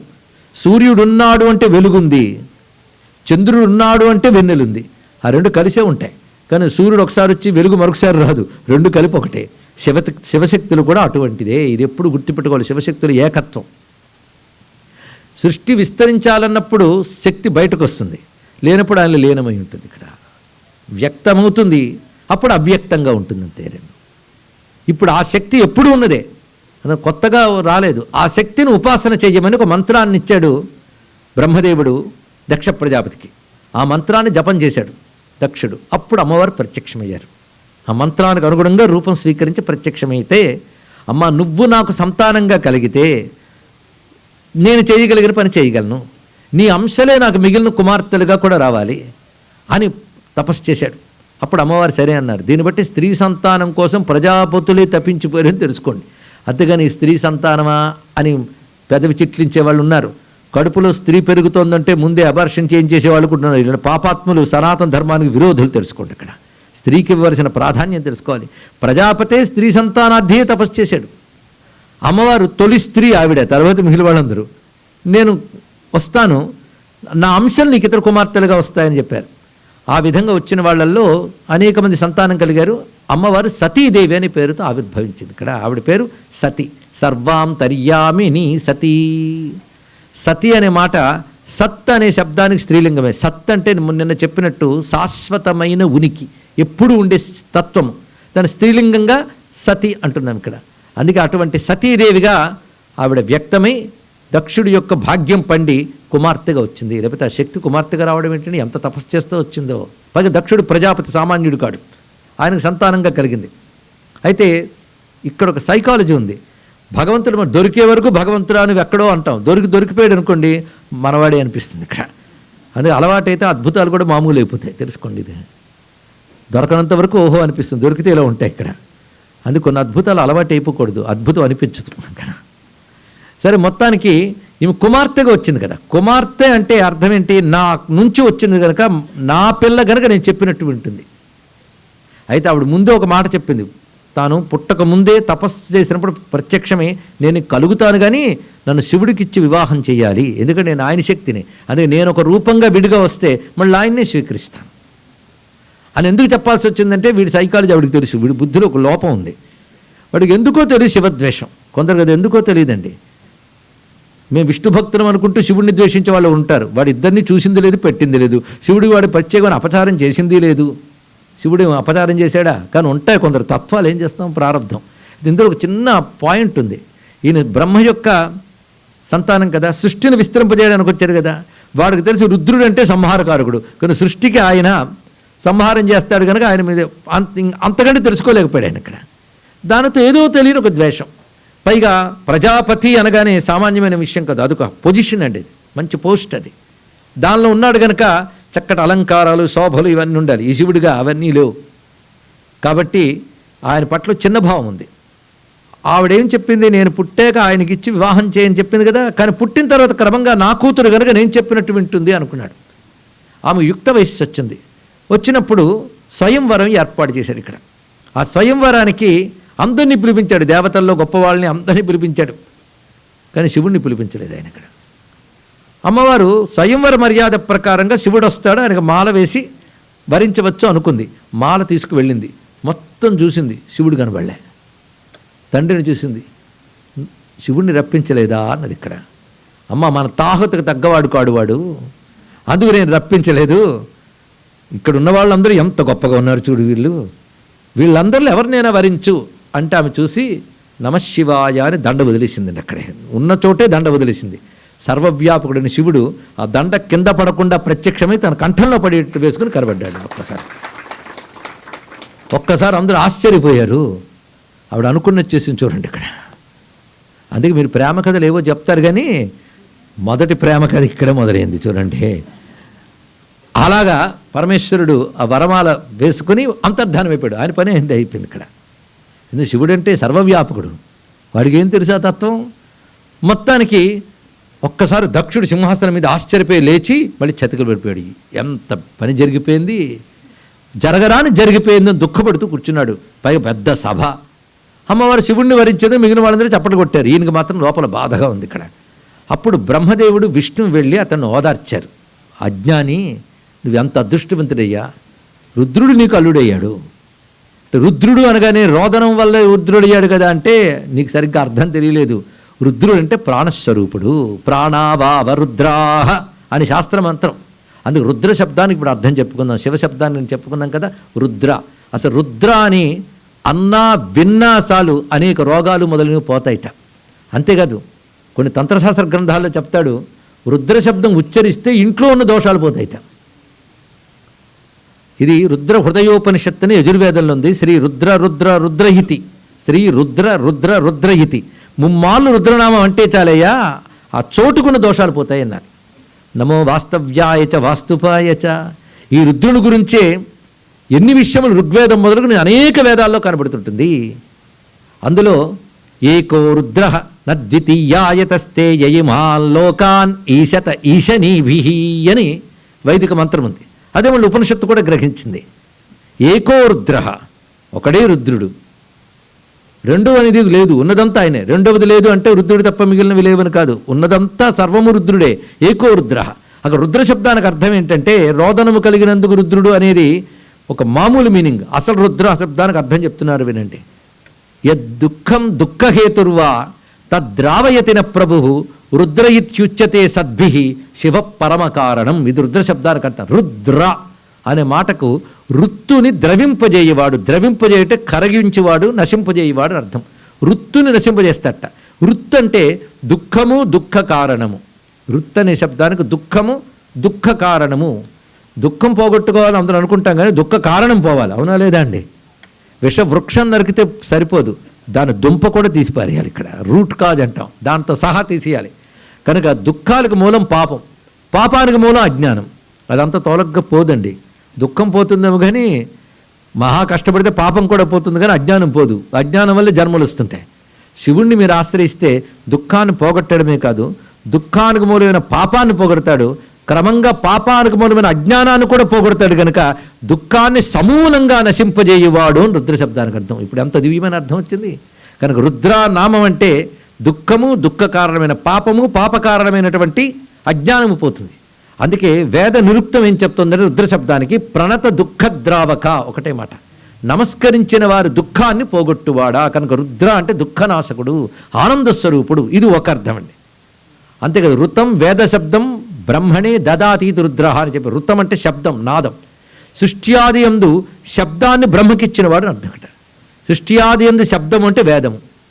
ఆ వేదమును బ్రహ్మకిచ్చినవాడు. యో బ్రహ్మాణం విదదాతి పూర్వం యో హి వేదాః ప్రహిణోహి తస్మై తగుం హి దేవమాత్మబుద్ధి ప్రకాశం ముముక్షుర్వై శరణమహం ప్రపద్యే అని మళ్ళీ ఉపనిషత్ మంత్రం. అలాగా ముందు శబ్దరూపంగా వ్యక్తమయ్యాడు ఆయన. ఎందుకు ఇందాక చెప్పినప్పుడు రోదనం అంటే ఏడుపు కాదయ్యా, శబ్దం యొక్క ఎక్స్ప్రెషన్. శబ్దం వ్యక్తీకరణ అవుతుంది. ప్రాణం ఉంటే కానీ శబ్దం లేదు, అవునా లేదా? ప్రాణం లేనిదే ఆవిడ శబ్దం పలకలేడు. కానీ ఆ ప్రాణం వల్ల శబ్దం పలకబడుతుంది. కనుక ఆ శబ్దాన్ని వ్యక్తీకరించే ప్రాణమే అయినా. అందుకే శబ్ద ప్రదాత. శబ్దము అనగా కేవలం సౌండ్ అనే కాకుండా జ్ఞానము. అందుకే రుద్ర శబ్దం జ్ఞానప్రదాత అనే అర్థాన్ని మనకు తెలియజేస్తుంది. ఇలా రుద్ర శబ్దానికి చాలా చాలా అర్థాలు ఉన్నాయి. మరికొన్ని అర్థాలు చెప్పుకుందాం. రుజాం ద్రావయతీతి రుద్ర. రుజాం అంటే రోగములను పోగొట్టువాడు. అందుకే మనకు రుద్రాభిషేకాలు చేస్తే గ్రహదోషాలు కూడా పోతూ ఉంటాయి. ఇక్కడ అంత శక్తివంతమైన మంత్రములు రుద్ర నమక మంత్రములని వేదంలో, యజుర్వేదంలో మనకు కనబడుతున్నాయి. కానీ ఋగ్వేదంలో రుద్రమంత్రాలు ఉన్నాయి, సామవేదంలో కూడా ఉన్నాయి, అధర్వేదంలో కూడా ఉన్నాయి. 4 వేదాల్లోని పరమాత్మ రుద్రశబ్దంతో కీర్తించారు. ఆయన్నే నారాయణుడు అన్నారు. నారాయణుడు వేరు, రుద్రుడు వేరు కాదు. ఇది తెలుసుకోండి. ఇక్కడ ఒక పరమాత్మకి ఇవన్నీ పేర్లు. అందుకే మన విష్ణు సహస్రం చదివినా రుద్రో బహుశిరా బభ్రు విశ్వయోను శుచిశ్రవాహ నామం వస్తుందా లేదా, స్వయంభూ శంభురాదిత్య, ఇవన్నీ కనబడుతున్నాయి. కానీ రుద్ర శబ్దానికి ఇంత అర్థం తెలిసాక శ్రీ రుద్రాయ నమః అనేది గొప్ప మంత్రం అండి. ఇక్కడ శివాయ నమః, రుద్రాయ నమః. ఇంకా ప్రవచనం పూర్తయ్యేటప్పుడు ఎన్ని మంత్రాలు వస్తాయో తెలిసి, అంటే మంత్రానికి శక్తి ఎక్కువ గనక ఇక రుద్ర అన్నప్పుడు దుఃఖనాశకుడు, ఆనందదాయకుడు, అజ్ఞాననాశకుడు. ఎలా తీసేస్తారంటే దుఃఖం పోవచ్చు, కానీ పాపం ఉంటే మళ్ళీ రూపంలో దుఃఖం రావచ్చు. పాపం పోవచ్చు, కానీ అజ్ఞానం ఉంటే మళ్ళీ జన్మలు వస్తాయి. కానీ మా స్వామి ఏం చేస్తారంటే దుఃఖం తీసేస్తాడు, పాపం తీసేస్తాడు, అజ్ఞానం తీసేస్తాడు. అజ్ఞానం తీసితే మరి జన్మ లేదండి. ఇక్కడ అవిద్యానాశనం అంటారు. ఇక్కడ అది ఉండే వరకే జన్మ వస్తూ ఉంటుంది. అది కూడా తీస్తే మరి జన్మ లేదు. దీన్ని బట్టి జన్మరాహిత్యాన్ని ప్రసాదించేటువంటి రుద్ర అనే నామం ఎంత దివ్యమైనదో గ్రహించవలసింది. ఈ అర్థం ఇక్కడ వీడికి తెలియదు, దక్షుడికి. అది రుద్రుడు అనగా రోదనమని, ఉగ్రమని, తామసమని అనుకున్నాడు. పిచ్చివాడ, లోకల్లో ఉన్న సత్వరజస్తమో గుణాలు వేరు. కానీ బ్రహ్మ విష్ణు రుద్రుడు అంటే సత్వరజస్తమో గుణాలు చెప్పి శివుడు తమో గుణం అనడానికి లేదు. 3 గుణాలకు నియామకులు తప్ప వాళ్ళు 3 గుణాలు ఉన్నాయనడానికి లేదు. ఇది గ్రహించవలసింది ఇక్కడ. అంతేకాదు చీకటి తమో గుణం అంటాం, ఎందుకంటే ఏమీ కనబడదు కనుక. అయితే సరే, చీకటి తమో గుణం ఒప్పుకున్నారు కదా. ఒక పెద్ద లైట్ మన కళ్ళ ముందు కనబడితే ఏమైనా కనబడుతుందా చెప్పండి. ఇక్కడ బ్రైట్ లైట్ కనబడిందండి, ఏమైనా కనబడుతుందా? ఏమీ కనబడదు. అప్పుడు ఏది తమో గుణం? పరమేశ్వరుడు మహా తేజస్వరూపుడు తెలుసుకోండి. ఇక్కడ అంత తేలిక కాదు. అందుకే వీటిని దానికి అన్వయించడానికి లేదు. పురాణ భాషలో ఎక్కడ ఏది వాడాలో తెలియాలి ఇక్కడ. అయితే వెంటనే ఇంకో దేవతని ద్వేషించిన అలవాటు చేసేసారు మనకి. దానివల్ల రుద్ర అనగానే వేరే భావంతో అనుకుంటుంటాం. ఆ మాటకొస్తే విష్ణు సహస్రంలో రుద్రనామం ఉన్నప్పుడు మాకు రుద్రుడు గెట్టడు కానీ విష్ణువు పడతాడంటే విష్ణు సహస్రంలో నామాలు తీసి పారేస్తారా చెప్పండి? అప్పుడు బోసిపళ్ళలో ఉంటుంది ఆ నామాలు తీసేస్తాయి. అలా తీసేసి సర్వశర్వశివస్థానుర్భూతాది నిధిరవ్యయ, అక్కడన్నీ శివనామాలే. శర్వ శివనామం, స్థాణు శివనామం, అలాగే స్వయంభూ శంభు శివనామం. ఎన్ని చోట్ల కనబడుతుందండి ఇక్కడ. అందుకే అన్నీ ఒకే పరమాత్మ అని తెలుసుకుంటే ఈ బాధ లేదు మనకి. నిన్ననే చెప్పుకున్నాం కదా, నామరూపాలు తాగిపోతే మతం, అర్థం తెలుసుకుంటే తత్వం. ఆ తత్వం వైపు వెళ్ళాలి. కానీ ఆ తత్వం వెళతాలంటే ఆలోచించాలి కదా, మనం ఆలోచించాం అంతే. ఆలోచించకపోతే జ్ఞానం ఎక్కడొస్తుందండి? అందుకే ప్రవచనం విని సంతోషించడానికి కాదు, ఆలోచించి ఆనందించడానికి తెలుసుకోండి. ఇక్కడ ప్రవచనం విని ఆలోచించి ఆనందించండి. ఇంత జ్ఞానం ఉన్న మతంలో పుట్టామని గర్వించండి చాలు. ఇక్కడ కనుక రుద్ర అనే శబ్దం, పైగా రుద్ర రుద్ర అని మీరు అనడం వల్ల రకారం అనేక మార్లు పలుకుతుంది. రకారం అగ్నిబీజం, ద్ర అనేది మళ్ళీ అగ్నితత్వమే. ద్రవం అంటాం కదా, అది మళ్ళీ అగ్నిశోమాత్మకం అవుతుంది ఇక్కడ. అందుకే రుద్ర శబ్దం అంత దివ్యమైనదండి. నోరార రుద్ర అని పలికినా చాలు. అందుకే ఓం నమో భగవతే రుద్రాయ, ఆ మంత్రంతోనే న్యాసాదులు చేస్తాం మనం. ఇక్కడ రుద్ర శబ్దం అంత దివ్యమైనది. అయితే ఇతడు అంత చెప్పినా అప్పటి పెద్దవాళ్ళు చెప్పారు కనుక ఊరుకున్నాడు. ఎవరా పెద్దవాళ్ళు? బ్రహ్మ విష్ణువు ఇద్దరు అనునయించి చెప్పారు కనుక దక్షుడు సరేనన్నాడు. స్వయంవరం జరిగిపోయింది కనుక ఇంకా తప్పనిసరి పెళ్లి కూడా చేశారండి ఇక్కడ పద్ధతి ప్రకారం. ఎందుకంటే పెద్దవాళ్ళందరూ చప్పట్లు కొడుతుంటే ఇంకేం చేస్తాడు, తన పరువు పోతుంది. అందుకు వివాహం చక్కగా జరిగింది. ఎవరికి? సతీదేవికి పరమేశ్వరునికి వివాహం జరిగింది. ఆ తర్వాత వాళ్ళు కైలాసంలో హాయిగా ఉన్నారు. ఎందుకంటే పరమేశ్వరుడు సర్వవ్యాపకుడై నిరాకారంగా ఉన్న సాకారుడై కైలాసం అనే దివ్యలోకంలో సర్వభువనాలకు అతీతంగా ఉంటాడు. ఎప్పుడైనా భగవంతునికి 2 రూపాలుగా మనం చెప్పుకోవాలి. సాకారము ఏదేదో అది సకలము, నిరాకారం నిష్కలము. సాకారమైనప్పుడు ఒక లోకము ఒక లీల ఉంటుంది. అది దివ్యమైన అంశం ఇక్కడ. మొత్తానికి కైలాసంలో ఆనందంగా ఉన్నాడు ఆయన. ఈ లోపల ఒకసారి ఒక సభ జరిగింది, దేవసభ. దేవసభ జరిగినప్పుడు ప్రధానంగా స్థానంలో 3 ఉంటారు. బ్రహ్మ విష్ణు రుద్రులు దేవతల్లో ఒకరు కాదు, దేవతలకే దేవులు వారు. అందుకే వాళ్ళకి ఈశ్వరులు అని పేరు. 3కి కలిపి ఈశ్వరులు. ఇది ఒకే ఈశ్వరుడు 3 అయ్యాడు కనుక వాళ్ళు 3 ఈశ్వరులే. మిగిలిన దేవతలకు విధేయులే ఉంటారు. అని ఎప్పుడైనా సభ జరిగినప్పుడు వీళ్ళు 3 ప్రధాన స్థానంలో ఉంటారు. మిగిలిన దేవతలందరూ కూర్చుని సభ చేస్తారు. ఇప్పటికీ దేవతలకు మీటింగ్ జరుగుతూ ఉంటుందండి అప్పుడప్పుడు. అన్నిటికీ మనకు రిపోర్ట్ పంపరు వాళ్ళు. ఎవరికి పంపాలో వాళ్ళకి పంపుతారు. పెద్ద కంపెనీ ఉందనుకోండి, కంపెనీలో బోర్డు మీటింగ్లు జరుగుతుంటాయి, జనరల్ బాడీ మీటింగ్ జరుగుతుంటుంది, కోర్ కమిటీ మీటింగ్, ఇన్ని ఉంటాయి కదా. దేనికదే. అలాగే దేవతల్లో కూడా ఇలా మీటింగ్లు జరుగుతుంటాయి. మరి విశ్వం అనే పని నడపద్దు, ఏదో ఒక చిన్న కంపెనీకి ఎంత అవసరమైతే విశ్వానికి ఎంత అవసరం, ఆ దేవతలు పనులు చేయడం బట్టి ప్రపంచం నడుస్తూ ఉంటుంది. ఇక్కడ మనకు కనబడరు అంతే. ఊళ్ళో ఎలక్ట్రిసిటీ మనకి ఇంటికి వచ్చేస్తుంది కానీ ఎలక్ట్రిక్ ఆఫీస్ మనకు తెలియదని లేదనకూడదు. అలాగే మనకి ఇంటికి వెలుగు గాలి కోసమే ఒక ఆఫీసు మనుషులు అవసరమైనప్పుడు ప్రపంచానికి వెలుగు గాలి అందించడం కోసం దానికంటూ వ్యవస్థ అవసరమా కాదే చెప్పండి. వాళ్ళని దేవతలు అంటారు. ఇక్కడ విశ్వాన్ని నడిపే ఈశ్వర శక్తులు దేవతలు. ఈ డెఫినేషన్ తెలుసుకోవాలి. విశ్వాన్ని నడిపే ఈశ్వర శక్తులు దేవతలు. అని ఈశ్వరుడు ఒక్కడే, దేవతలు ఎందరో. ఇంతమంది దేవతలను నమస్కారం చేసుకోవాలి, ఎందుకంటే వాళ్ళ అనుగ్రహం లేకపోతే ఏం లేదు. పొద్దున తూర్పు వైపు వెళ్తే ఇంద్రుడు, దక్షిణం వైపు వెళ్తే యముడు, పశ్చిమం వైపు వెళ్తే వరుణుడు. ఏదో దిక్కుకు వెళ్తామా లేదా? ఏ దిక్కు లేకపోతే దిక్కుమాల వారం అవుతాం అక్కడ. కనుక ఆ దిక్కుల్లో ఈశ్వర శక్తులు ఉన్నాయి కదా, అవన్నీ ఈశ్వరుడే నమస్కారం చేసుకోండి. ఈశ్వరుడిని రూపం వాళ్ళే దేవతలు అంటే అర్థం. ఇప్పుడు ఈశ్వర శక్తులు అంటే తెలిసే కదా. సమావేశం ఏర్పాటైంది. అందులో ప్రధానంగా కూర్చున్న వాళ్ళు ఎవరు? బ్రహ్మ, విష్ణు, రుద్రుడు. ఎవరికైనా ఏంటంటే వచ్చి రాగానే ముందు వాళ్ళు గౌరవించి కూర్చుంటారు. వీళ్ళు మాత్రం లేవరు. ఎంత గొప్పవాళ్ళు వచ్చినా వీళ్ళు కూర్చోవాలి. వీడు పెద్ద స్థానంలో ఉన్నారు. దక్షుడు కొంచెం ఆలస్యంగా వచ్చాడు, ఎందుకంటే ఈ మధ్య విఐపి అయ్యాడు ఆయన. ఇక్కడ విఐపీలు తొందరగా రాకూడదు సభకి, కొంచెం లేట్ అయ్యాక వస్తారు. ముందే వచ్చేస్తే ఎవరు చూడరు కదా. అందరూ కూర్చున్నప్పుడు వస్తే ఆయన వచ్చారంటే అది గొప్పతనం. అది మేము భారతదేశంలో చూస్తుంటాం. ఎవరినైనా పెద్దవాడిని పిలవడం ఆలస్యం, వాడు ఆలస్యంగానే వస్తాడు. అలా వస్తే వాడు క్రియేట్ పని ఏమి ఉండక్కర్లే, అలా రావాలంతే. ఇక్కడ అలా ఉంటాయని కొంచెం ఆలస్యంగా వచ్చాడు ఆ రోజు. ఈ మధ్య ఆయనకు పోస్ట్ పెంచారు బ్రహ్మగారు, ఎందుకంటే శివుడికి మామగారు అయ్యాడు కనుక ప్రజాపతులు గొప్పవాడు అయ్యాడు ఇక్కడ. అలా దక్షుడు వచ్చినప్పుడు చుట్టూ చూశాడు, అందరూ లేచారా లేదా అదొక అబ్జర్వేషను. లేచి నిలబడ్డారా లేదా అని చూస్తున్నాడు. ఇక్కడ ముగ్గురు లేవలేదండి, బ్రహ్మ విష్ణువులు లేవరు, అది నియమం. అయితే బ్రహ్మ లేవలేదు, ఎందుకంటే తనకు తండ్రి. విష్ణువా ఆయనకి తండ్రి, పర్వాలేదు. ఈయన ఎందుకు లేవలేదు అనుకున్నాడు. పైగా అల్లుడు అన్నప్పుడు మామగారు వస్తే లేవాలి కదా. ఎందుకు ఇదివరకు సభల్లో అలా అనుకునేవాడు కాదు, ఈ పెళ్ళి తర్వాత వచ్చిన సైకాలజీ ఇది ఇక్కడ. కనుక ఈయన లేవలేదు అనుకున్నాడు. పాప ఆయనకి అవమానించాలని దృష్టి శివునికి అసలు లేదు. వీడు అవమానించాడు అనుకున్నాడు. ఎవరో ఏమో అనుకోలే, వాడికి వాడు ఫీల్ అయిపోయాడు. కొంతమంది అలా అనుకుంటుంటారండి పాపం. ఇంటికి వెళ్ళాడు కానీ విశ్రాంతి లేదు. సభ అయిపోయింది, ఇంటికి వెళ్ళాడు కానీ నన్ను ఎంత అవమానించాడు ఆ శివుడు. కాబట్టి ఒక పని చేస్తాను, అతన్ని అవమానించేట్టును ఏదైనా చేస్తాను. దేవసభలో నన్ను అవమానించాడు కనుక దేవతలందరూ వచ్చేటోడు యజ్ఞం, నేను ఒక యజ్ఞం చేస్తాను, దాన్ని శివుడు రాకుండా చూస్తాను అని చెప్పాడు. ఇక్కడ మొత్తానికి యజ్ఞానికి తగిన ఏర్పాట్లు చేశాడు. పైగా పొజిషన్లో ఉన్నాడు కనుక యజ్ఞం అనగానే అందరూ వస్తారు. అంటే దేవతల్లో ప్రజాపతులకు ఇంపార్టెన్స్ ఉంది. ప్రజాపతులకు దేవతా వ్యవస్థ, దాంట్లో ఈయన ఒకడు ముఖ్యమైన వాడు కూడా. కాబట్టి ఈయన చేస్తే అందరూ వస్తారని నమ్మకంతో యజ్ఞానికి తగ్గ ఏర్పాట్లు చేశారు. డబ్బుకు కొదవలేదు, అన్నీ సిద్ధం చేసుకుని ఎందుకైనా మంచిదని బ్రహ్మదేవుడి దగ్గరికి విష్ణువు వద్దకు వెళ్ళాడు. నేను యజ్ఞం చేయాలనుకుంటున్నా అంటే మంచిది నాయన, మంచి పని, యజ్ఞాలు చేస్తూ ఉంటావుగా, చెయ్యి అన్నాడు. ఇక్కడ ఇది ఒక ప్రత్యేకమైన యజ్ఞం అన్నాడు. ఏమిటో ఆ స్పెషాలిటీ చెప్పన్నాడు. శివుణ్ణి రానివ్వని యజ్ఞానికి ఇక్కడ అది చేయబోతున్నది అన్నాడు. ఇక్కడ వెంటనే బ్రహ్మ ఇదేం బుద్ధి అయ్యా అన్నాడు. ఇక్కడ విష్ణువు కూడా చెప్పాడు, ఇది మంచి ఆలోచన కాదు నాయనా, నీకు తెలియట్లేదు, ఇది కూడని సుమ. ఎందుకంటే యజ్ఞము ప్రారంభిస్తారు, కొనసాగిస్తారు, పూర్ణాహుతి చేస్తారు, అంతే కదా. పూర్ణాహుతి యజ్ఞం అయిపోతుందా? అయిపోతుంది కాదు, దాని ఫలం రావడంతో యజ్ఞం అవుతుంది. మన పని పూర్ణాహుతి అయిపోతుంది, ఫలం రావాలా లేదా? కానీ యజ్ఞం ఎప్పుడు పూర్తవుతుంది? ఫలం రావడంతో. ప్రతిదానికి ఒక ప్రారంభం ఉంటుంది, ఒక కొనసాగింపు ఉంటుంది, ఒక ముగింపు ఉంటుంది. ముగింపు ఉండాలా లేదండి? ఒకరింట్లోకి ఎవరో మనం భోజనానికి పిలిచారు, మన పొద్దున్నే వెళ్ళి కూర్చున్నాం. ఏం చేస్తున్నారండి? వంట వండుతున్నారు. మంచిదే. గంటలు గంటలు గడిచిపోతే ఏం చేస్తున్నారండి? వంట వండుతున్నారు. ఎంతసేపు మనకి ఎలా ఉంటుందండి? వంట పూర్తి అవ్వాలా లేదా? పూర్తి అయితే మనము పూర్తి చేయాలా లేదా? కనుక ప్రతిదానికి పూర్తే కదా ప్రధానం. కనుక లక్ష్యం ఏది? పూర్ణమేగా. కానీ శివుడు అంటే చాలామంది ఏమనుకుంటారంటే గాడ్ ఆఫ్ డిస్ట్రక్షన్ అని. చాలా తప్పు మాట. గాడ్ ఆఫ్ కంప్లీట్నెస్, ఇది రాసుకోండి. ఇక్కడ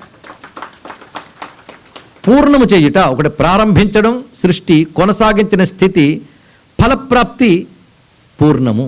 అంటే ఇంత చేసిన పని ఎందులో లీనమైపోతుంది? ఫలంలో లీనమైపోతుంది. అవునా లేదా? మీరు కూరలు తెచ్చుకుంటారు, ఇవన్నీ తెచ్చుకుని మొత్తం వండిన తర్వాత అంతా కలిసి వంటల్లో లీనమైందా లేదు? చేసిందంతా కూడా లయమంటే అందులో కంప్లీట్ అవ్వడం. ఇది తెలుసుకోక శివుడు అంటే నాశనకారకుడు ఇలాంటి మాటలు అంటుంటారు. తెలిసి లేని మాటలండి. ఇక్కడ దీని గురించి ఇంకా లోతుగా ఆలోచిస్తే చాలా చాలా ఉన్నాయి. మొత్తానికి ఈ మాట చెప్పాడు. శివుడు అంటే కర్మఫల ప్రదాత అయ్యా, ఈశ్వరుడు. నీకు తెలియక అజ్ఞానంగా మాట్లాడుతున్నావు సుమా, అందుకే కూడదు అన్నారు. నా ముచ్చటి తీర్చండి మీరు ఎలాగైనా అన్నాడు. ఇక్కడ దెబ్బతింటావు సుమా, అందుకే యజ్ఞరక్షకుడైన మిమ్మల్ని అడిగాను, మీరు దగ్గరుంటే చాలు అన్నాడు. ఇక్కడ వెంటనే విష్ణువు ఆలోచించి వీడికి ఏదో కాలం దాపురించింది కానీ అన్నాడు. ఇక్కడ అంతే, వాళ్ళ ప్రణాళిక ఒకటి ఉంటుంది కదా, సరే కానీ అన్నాడు. అయితే నువ్వు రక్షకుడు ఉండాలి, యజ్ఞ రక్షకుడు విష్ణువు గనక నువ్వు నాకు రక్షకుడు ఉండాలి. యజ్ఞోవై విష్ణువు అన్నారు కదా, నువ్వు రక్షకుడుగా ఉండాలి అంటే ఎంతవరకు రక్షకుడు ఉండాలో అంతవరకు ఉంటానన్నాడు. చాలా జాగ్రత్తగా చెప్పాడు ఆయన. ఇక్కడ ఎంతవరకు ఉండాలో అంతవరకు ఉంటాను అని చెప్పాడు. సరే, యజ్ఞం ప్రారంభమైంది. యజ్ఞంలో అందరూ వచ్చారు, ముఖ్యమైన ఋషులు వచ్చారు, దేవతలు వచ్చారు. కొంతమందికి తెలియదు శివుడు లేని యజ్ఞం అని తెలియక కొందరు వచ్చేసారు. అందరూ దధీచి, గౌతముడు, మరికొంత మహర్షులు ఉన్నారు. వాళ్ళు మొత్తం చూశారు శివుడేడి అని, కనబడలే. అడిగారు, ఏంటైనా శివుడు రాలేదేమిటి అంటే, ఇది శివుడు లేని యజ్ఞం చేస్తున్నాను నాయన అని. ఇదేం బుద్ధి నీకు శాస్త్రం తెలుసా అసలు? శాస్త్రం ఏం చెప్తుంది? శివుడే దాత భక్త శ్రీ మహాదేవుండు సర్వమును హరుండు శాశ్వతుండు శంభు వేరు చేసి సాగించవచ్చనే క్రియలు వెర్రివేలవైతి చెప్పుమా. ఇది శ్రీనాథ మహాకవి పద్యం అండి ఇప్పుడు చదివింది ఇక్కడ. శివుడే దాత శివుండు భక్త. నువ్వు వెళ్ళే యజుర్వేదంలో మంత్రం ఉంది, మంత్రం కూడా చెప్తున్నాడు. ఆయనే కర్త, ప్రేరకుడు, ఆమోదకుడు, ఫలప్రదాత అయినప్పుడు ఆయన లేకుండా నువ్వు యజ్ఞం చేస్తున్నావా? ఇది తప్పుకు సుమా, ఇది నీ క్షేమం కాదు అనగానే, నేను చెయ్యదలుచుకొని శివుడు లేని యజ్ఞం, ఇష్టం ఉంటే ఉండండి లేకపోతే లేదన్నట్టు ఇక్కడ. దానితో కొందరు మహర్షులు వచ్చేసారు అక్కడి నుంచి. దేవతలు కూర్చున్నారు, ఇష్టం లేకపోయినా పొజిషన్ని గౌరవిస్తూ కూర్చున్నారండి చాలామంది ఇక్కడ. అప్పుడు వెళుతూ మాట అన్నాడు దధీచి, మీరందరూ కూర్చున్నారు కానీ శివుడు లేని యజ్ఞానికి ఏం పుచ్చుకోవాలని వచ్చారయ్యా మీరు? ఆహుతులు పుచ్చుకోవడానికి వచ్చారా? ఏమి కుడువంగ వచ్చినారిండ్లు విడిచి హరుని వెలివెట్టినట్టి యాగమునకు పంచవదనుని కను జేవురించెనేని తక్షణంబున తమ యాండ్ర తాళ్ళు తెగవే. ఏమి తెలుగు మాట చూడండి. నేను తెలుగు మాట తప్పకుండా అంటాను, ఎందుకంటే తెలుగువాడికి అర్థం కాదే తెలుగు మాట. ఆ స్థితిలో గెలిపోయాం. లేకపోతే అంత అందమైన పద్యం అండి శ్రీనాథ మహాకవి పద్యం. ఒక్కసారి వినండి తెలుగు. ఏమి కుడువంగ వచ్చినారు ఇండ్లు విడిచి, తెలుగులోనే చెప్పాడు. కుడువంగ అంటే తినడానికి. ఏం తినాలని వచ్చారయ్యా? హరుని వెలివెట్టినట్టి యాగమునకు. హరుని వెలివెట్టినట్టి, హరుని బాహ్యం చేసిన యాగానికి ఏం తినాలని వచ్చారు? పంచవదనుని కను జేవురించెనేని. జేవురించడం అంటే ఎర్రబడ్డం. ఆ పంచవదనుని కళ్ళు ఎర్రబడ్డాయా మీ భార్యలు తాళ్ళు తెగుతాయన్నాడు ఇక్కడ. ఆ ఎక్స్ప్రెషను తక్షణంబున తమ యాండ్ర తాళ్ళు తెగవే అన్నాడు ఇక్కడ. అయినా మొహమాటాలు కొన్ని ఉంటాయండి. కూర్చుని ఉన్నారు వాళ్ళు, ఋషులు మాత్రం వెళ్ళిపోయారు ఇక్కడ. ఆడతారు యజ్ఞం ప్రారంభమైంది, అద్భుతంగా జరుగుతుంది యజ్ఞం. అక్కడ ఉండలేక వెళ్ళలేక ఒక ఆయన ఉన్నాడు, ఆయన పేరు నారదుల వారు. ఆయన చూసి మధ్యలో జారుకుని తిన్నగా వీళ్ళలాగే ఇక్కడికో గుహల్లోకి వెళ్ళి తపస్సు చేసుకోవాలి, కైలాసానికి వెళ్ళాడు ఆయన. వెళ్ళి ముందు శివుడి దగ్గరికి వెళ్ళాడు. వెళ్ళి, పరమేశ్వర నీకు తెలుసా దక్షుడు యాగం చేస్తున్నాడని అలా మందహాసం చేశాడని. తెలియందేముంది ఇక్కడ? నిన్ను పిలవలేదు కదా, నువ్వు లేకుండా యాజ్ఞం చేస్తున్నాడు. వాడు ముచ్చటవాడిది కానీలే అన్నాడు. ఆయనకి ఏవి పట్టవు, ఆయన భక్తులకే నిందాస్తుతులు పట్టవు. ఆయన ఎక్కడండి ఇక్కడ? ఆయన దీనికోసం చూసుకుంటున్నాడు. ఈయన ఆహుతి రుద్రాయ స్వాహ అంటాడు, ఎదురు చూస్తున్నాడా? ఆయనకి ఏం పట్టలేదు. ఇంత లాభం లేదనుకున్నాడు నారదుడు. వచ్చిన పని నెరవేరలే. ఆవిడ దగ్గరికి వెళ్ళాడు. అమ్మా తెలుసా నీకు, మీ అప్పచెల్లెళ్ళందరూ వాళ్ళు ఆయనతో హాయిగా వెళ్ళారు, నీకు ఇన్విటేషన్ రాలేదా? ఎంత పని చేశాడు మీ నాన్న, నేను పిలవకుండా అంత పెద్ద యజ్ఞం చేశాడు, తప్పు కదా? ఎందుకు పిలవలేదు? పైగా కండిషన్ పెట్టాడు, శివుడు లేని యాగం చేస్తున్నాను తెలుసుకుంటాను నేను చెప్పాడు. శివుడు లేని యాగం కనుక నిన్ను పిలవలేదేమో, నిన్ను పిలిస్తే ఆయన లేకుండా వెళ్ళవు, అందుకే నిన్ను పిలవలేదేమో. ఏమైనా తండ్రి అంత యజ్ఞం చేస్తూ కూతుర్ని పిలవకపోవడం బాగాలేదు కదా అన్నాడు. నేను చూసుకుంటాను, నువ్వు వెళ్ళంది ఆవిడ. అప్పుడు తిన్నగా వెళ్ళి శివుడితో మొదలుపెట్టింది. ఏమండి వెళ్ళి రానా అన్నది. ఎక్కడికి? యజ్ఞానికి. పిలిచాడా అన్నాడు ఈయన. పిలవలేదు. పిలవని పేరంటానికి వెళితే చావుతో సమానం సుమా అన్నాడు ఇక్కడ. నిజంగా అదే జరిగిన తర్వాత కూడా శివుడు చెప్పినట్టు. అంటే అది ఇంట్లో కథా కార్యక్రమాలకి, యజ్ఞం లాంటి వాటికి పిలవకపోయినా వెళ్ళొచ్చు కదా అంది ఆవిడ. ఆవిడ ఆరోగ్యం అంటే ఆవిడది. అది అయిన వాళ్ళు చేసినప్పుడు మాత్రం పిలిస్తేనే వెళ్ళాలి అన్నాడు ఇక్కడ. బంధువులు చేస్తే మాత్రం అన్నాడు ఇక్కడ ఈయన. మీరు అలా అంటారు కానీ నేను ఎలాగైనా వెళతాను అక్కడికి. వెళ్ళి నేను చేసిన తప్పని కూడా చెప్తాను అక్కడికని. ఇలా ఆవిడ అంటూనే ఉంది, ఈయన వద్దని చెప్తున్నాడు. ఆఖరికి అన్నాడు, నువ్వు ఎంత దక్షుడు కూతురివి కదా, నా మాట వింటావా అన్నాడండి ఇక్కడ. ఆ మాటలో ఇవిడికి సజెషన్ అందింది. నన్ను దక్షుడు కూతురు అన్నాడు అంటే దక్షుడు శివనిందకుడు అని పేరు ఆయనకి. శివనింద చేసేవాడు కూతురు శివుడు భార్య అనేది బాగోలేదు. అందుకు ముందు దక్షుడు కూతురు అని పేరు తీసేయాలి, దాక్షాయుడు అని పేరు తీసేయాలి. అది నిర్ణయించుకుంది. పైగా నేను దక్షుడు కూతురునా, అంతకంటే ముందు ఈయన శక్తిని. వేరుగా ఒక రూపం ధరించి వివాహం చేసుకున్నంత మాత్రాన నన్ను దక్షుడు కూతురుగా చూస్తాడా? నేనెవరో మర్చిపోయాడు, ఆయన శక్తిని మర్చిపోయాడు. మర్చిపోవడం అంటే పరమాత్మ మర్చిపోతాడా? తెలిసినా ఆ సమయంలో వాదనలో వదిలేశాడు ఆ విషయాన్ని. నేనేంటో చెప్తానంది ఆవిడ. అలా అనుకున్న ఆవిడ రూపం ఒక్కసారి మారిందండి. నేను మీకు చెప్తున్న ఈ ఘట్టం ఒక పురాణంలోంచి నేను తీసుకోవట్లేదు. శివపురాణం, అదేవిధంగా స్కాంద పురాణం, లింగ పురాణం మొదలైన వాటిలోంచి తీసుకుంటూ దేవీ పురాణాలు చాలా ఉన్నాయి, శాక్తేయ పురాణాలు. అవి కూడా కలుపుకుని చెప్తున్నాం. ఎందుకంటే నేను శివలీల అన్నాను కానీ అమ్మ అయ్యా ఇద్దరు గురించి చెప్పడానికి మఠం వేసుకున్నాను కనుక ఇద్దరిని చెప్తున్నాను ఇక్కడ. ఇది ఒక శాక్తేయ దేవీ పురాణంలో విషయం ఇప్పుడు వస్తుంది.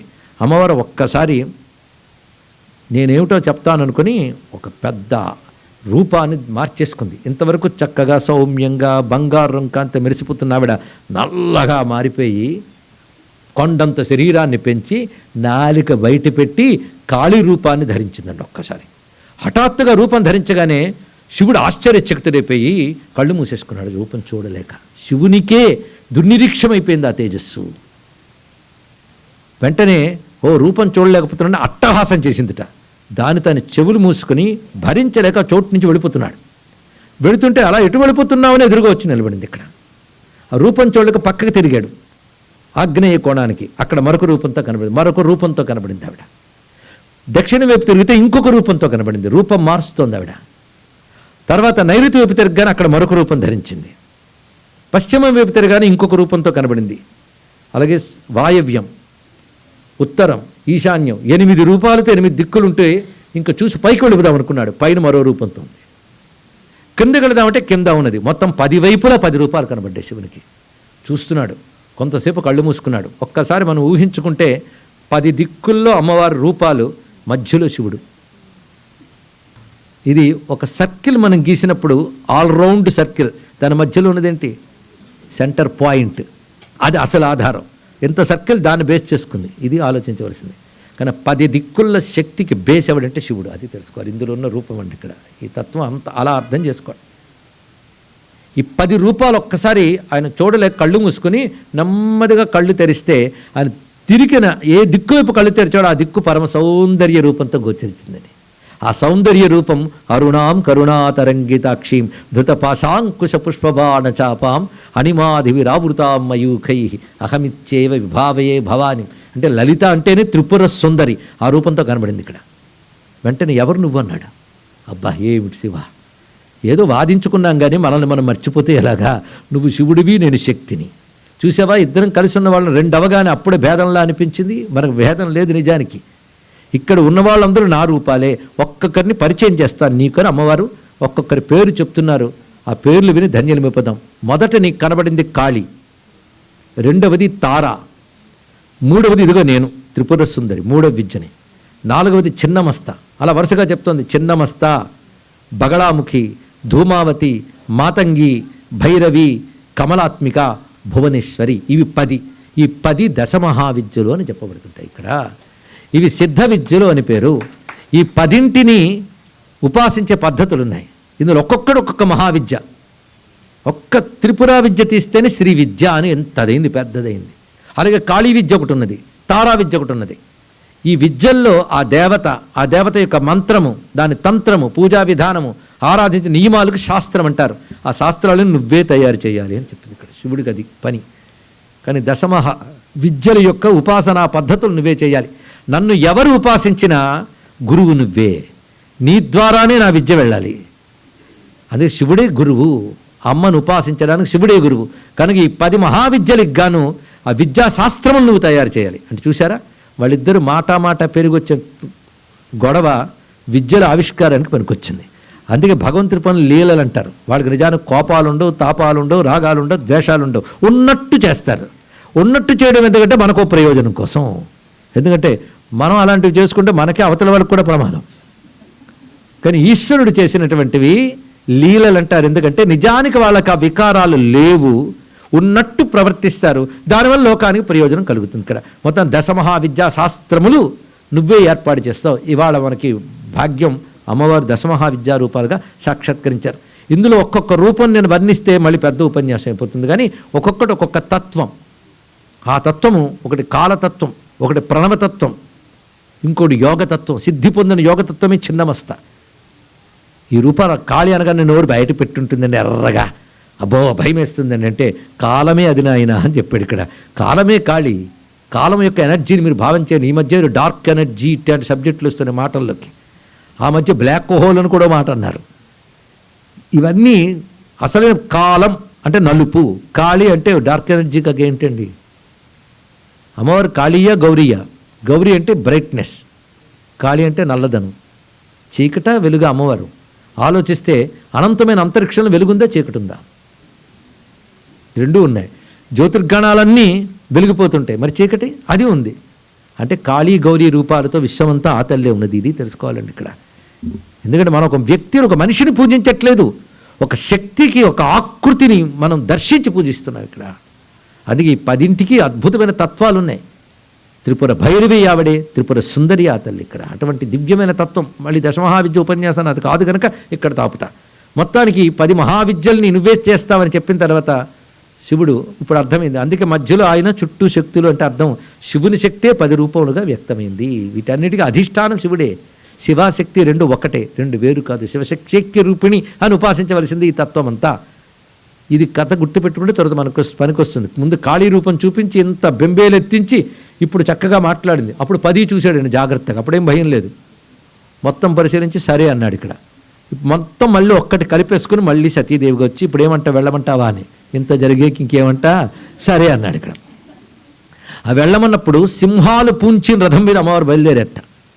అనేక మంది ప్రమదగణాలు కూడా బయలుదేరే వాటితో పాటు తిన్నగా వచ్చింది దక్షుడు యజ్ఞం చేస్తున్న చోటికి. వచ్చినప్పుడు మహాకోపంగా ఉంది ఆ తల్లి. ఆవిడ వస్తూ ఉంటే చూస్తున్న దేవత ఋషులకు వణుకు పుట్టింది. ఏమిటో మహాకోపంగా ఉంది అమ్మవారు అని. ఇక్కడ తిన్నగా వచ్చి చూస్తుంది. ఇక్కడ దక్షుడికి కూడా కొంచెం బెదురు పుట్టి మా అమ్మాయే కదా అనుకున్నాడు. మళ్ళీ ఇక్కడ రా రా రా కూర్చో కూర్చో, నువ్వు రావడం చాలా నాకు సంతోషంగా ఉంది. ఇంతమంది వచ్చి నువ్వు రాలేదే అని బాధ. అటువంటి పిలవచ్చు కదా అంటావేమో, నువ్వు పిలిస్తే వాడు వచ్చేస్తాడని బాధ నాకు ఇక్కడ. అందుకు పిలవలేదు వాడిని. ఎందుకంటే మీరందరూ పతివ్రతలు కదా, ఆయన తీసుకొస్తారు. అది నన్ను చాలామంది తప్పు చేసినట్లు నా దగ్గర కొంతమంది తిట్టి వెళ్ళారు, కొంతమంది బయటకు అనట్లేదు, కానీ నేను తప్పు చేస్తున్నాను ఫీలింగ్ నేను అబ్జర్వ్ చేశాను. నిజంగా నేనేం తప్పు చేశాను చెప్పు? హరుడ మంగళ వేషుడౌన కాడో చెప్పు, ఎరుగకిచ్చితిమి నిన్నేమి చెప్ప. ఇట చూడు ఇందరు ఇంతొప్పియున్నవారు అఖిల భూషణ భూషితాంగులగుచు. వీడికి ఎప్పుడు అదే నగలు నట్ర వేసుకొని చక్కగా నిగనగలాడుతూ కనబడాలి. చూడు వీళ్ళందరూ ఉన్నారు ఇక్కడ. నేనేం తప్పు చేశాను? ఎప్పుడు అమంగళం వేషం వేసుకుంటాడు ఆయన ఇక్కడ. అలాంటి వాడిని రప్పించలేదు, అంతే కదా. పైగా తన రూపమునకు తోడు తలము తప్పిన గర్వము అరకంట చూడడు నేను అరిగినప్పుడు. ఇందులో అర్థం కాని పదాలు ఏమైనా ఉన్నాయండి? మనకు చదవడం చేత కావట్లేదు ఇక్కడ. ఇంత తేటగా అర్థమయ్యేటట్టు రాసిన ఆయన్ని శ్రీనాథుడు అంటారు. ఆయన రాశారు ఇక్కడ, అరకంట చూడడు నేను అరిగినప్పుడు నా పెండ్లి కొడుకులందేపాటి వాడు తాను. నాకున్న అల్లుల్లో ఎలాంటి వాడు? ఆ చంద్రుడున్నాడు, ప్రజాపతులు, ఇతరులు ఎంత అందమైన వాళ్ళు ఒక్కొక్కరు. వాడు చూడు ఎలాంటి వాడు అక్కడ. మా అల్లుళ్ళల్లో వాడు ఆడ్ ఫిగరు. ఏల రప్పింతే నేనిట్టివాని నీవు వచ్చితి మేలయ్యే చాలు నాకు. తాను భిక్షాకపాలంబు దాల్చి వచ్చి పండుసేయుట కంటే రాకుండు టొప్పు. పిలిస్తే భిక్షాకపాలం వేసుకొస్తాడు, వాడు రాకపోవడమే నాకు మంచిది. సుమా నువ్వు వచ్చే చాలు, రా కూర్చో కూర్చో. అదో అమ్మ నీకోసం వేరే చీర అన్ని రెడీగా చేసి పెట్టింది, పుచ్చుకుందు కానంటే అప్పుడు అమ్మవారు మాట్లాడుతున్నారు. ఏం అద్భుతమైన పద్యం రాస్తారండి. ఆహా లెస్స వివేకమే పురహరుండు ఆశించియున్నాడు నీ స్వాహాకారం.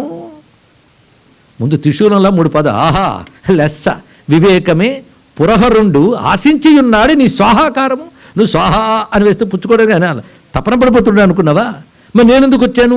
శంభు బాసి ఇట నీ సత్రంబు నందు ఏను మృష్టాహారంబు భుజింపవచ్చి తినే. నేను ఆయన వదిలేసి నువ్వు ఇచ్చే పిండి వంటలు తినడానికి వచ్చానుకున్నావా? నీ సత్రంబు నందు. ఏమి పదం చూడండి. అంటే మనం భాషను ఆస్వాదించే స్థితి గురించి జారిపోయాం మొత్తం కూడా. కలిపురుషుడు కొట్టే దెబ్బ లాంటిది. ఎంత అందమైన పద్యాలండి. విన్నాక ఇది అర్థం చేసుకుని భాషలో పుట్టి కూడా అర్థం చేసుకుని దుస్థితులు ఉన్నామని 2 కన్నీటి పొట్టి కార్చిన ధన్యులమే. తెలుగు వాళ్ళగా పుట్టి తెలుగు తెలుసుకోలేకపోతే దౌర్భాగ్యం కాదండి. ఎన్ని ఎక్స్ప్రెషన్స్, ఎంత అందం మనం కోల్పోతున్నాం. పైగా ఇది అనాగరిక భాష కాదు, అనేక శాస్త్రాలు, అద్భుతమైన సాహిత్యం పుట్టిన గొప్ప భాష మన తెలుగు భాష. తెలుసుకోండి ఇక్కడ. ఆ పద్యాలు చదువుతున్నప్పుడు గ్రహించే తరం పోతుంది అని బాధతో ఈ మాట అంటున్నాం, అన్యదా భావించవద్దు. ఆహా లెస్స వివేకమే పురహరుండాశించి ఉన్నాడు నీ స్వాహాకారము శంభు బాసి ఇట నీ సత్రంబు. సత్రం అనే మాట తెలుగులో ఒక వాడుకలో వాడతారు. సత్రం కూడు మఠ నిద్ర ఇత్యాదులు. అంటే ఏ దిక్కు దివాణం లేకపోతే సత్రం అంటాం. అది నీ సత్రంబు నందు ఏను అని చెప్పడంలో అంత గొప్ప భావం వేశాడు. ఈ తెలుగు పలుకుబడి తెలియకపోతే తెలియదు. పైగా సత్రం అంటే అనేక మంది కలిసి చేసే యాగానికి సత్రం అని పేరు. కనుక ఇటు ఇలా ఉంటుంది అర్థం, మరోవైపు అదే అర్థం. అదండి కవిత్వం అంటే. ఇప్పుడు ఇంత అర్థం చెప్పాలి, పూర్వం చెప్పక్కర్లేదు. వింటే చాలా ఆనందించి ఒక చల్లగాలి తగలగానే చిగురా కదిలేటట్టు హృదయాలు స్పందించేవి. ఇప్పుడు ఆ స్పందన పోయింది. ఏం చేస్తాం? మొత్తానికి అద్భుతమైన పద్యం. శంభుబాసి ఇట నీ సత్రంబునందు ఏను మృష్టాన్నంబు భుజింపవచ్చి తినే మోహాంధుండవై ఈశ్వర ద్రోహం బేటికి చేసేదంచు హితబుద్ధులు చెప్పగా వచ్చి తిన్. నువ్వు మోహంతో ఈశ్వర ద్రోహం చేస్తున్నావు, అందుకు బుద్ధి చెప్పాలని వచ్చాను. ఏమనుకుంటున్నావు శివుడంటే?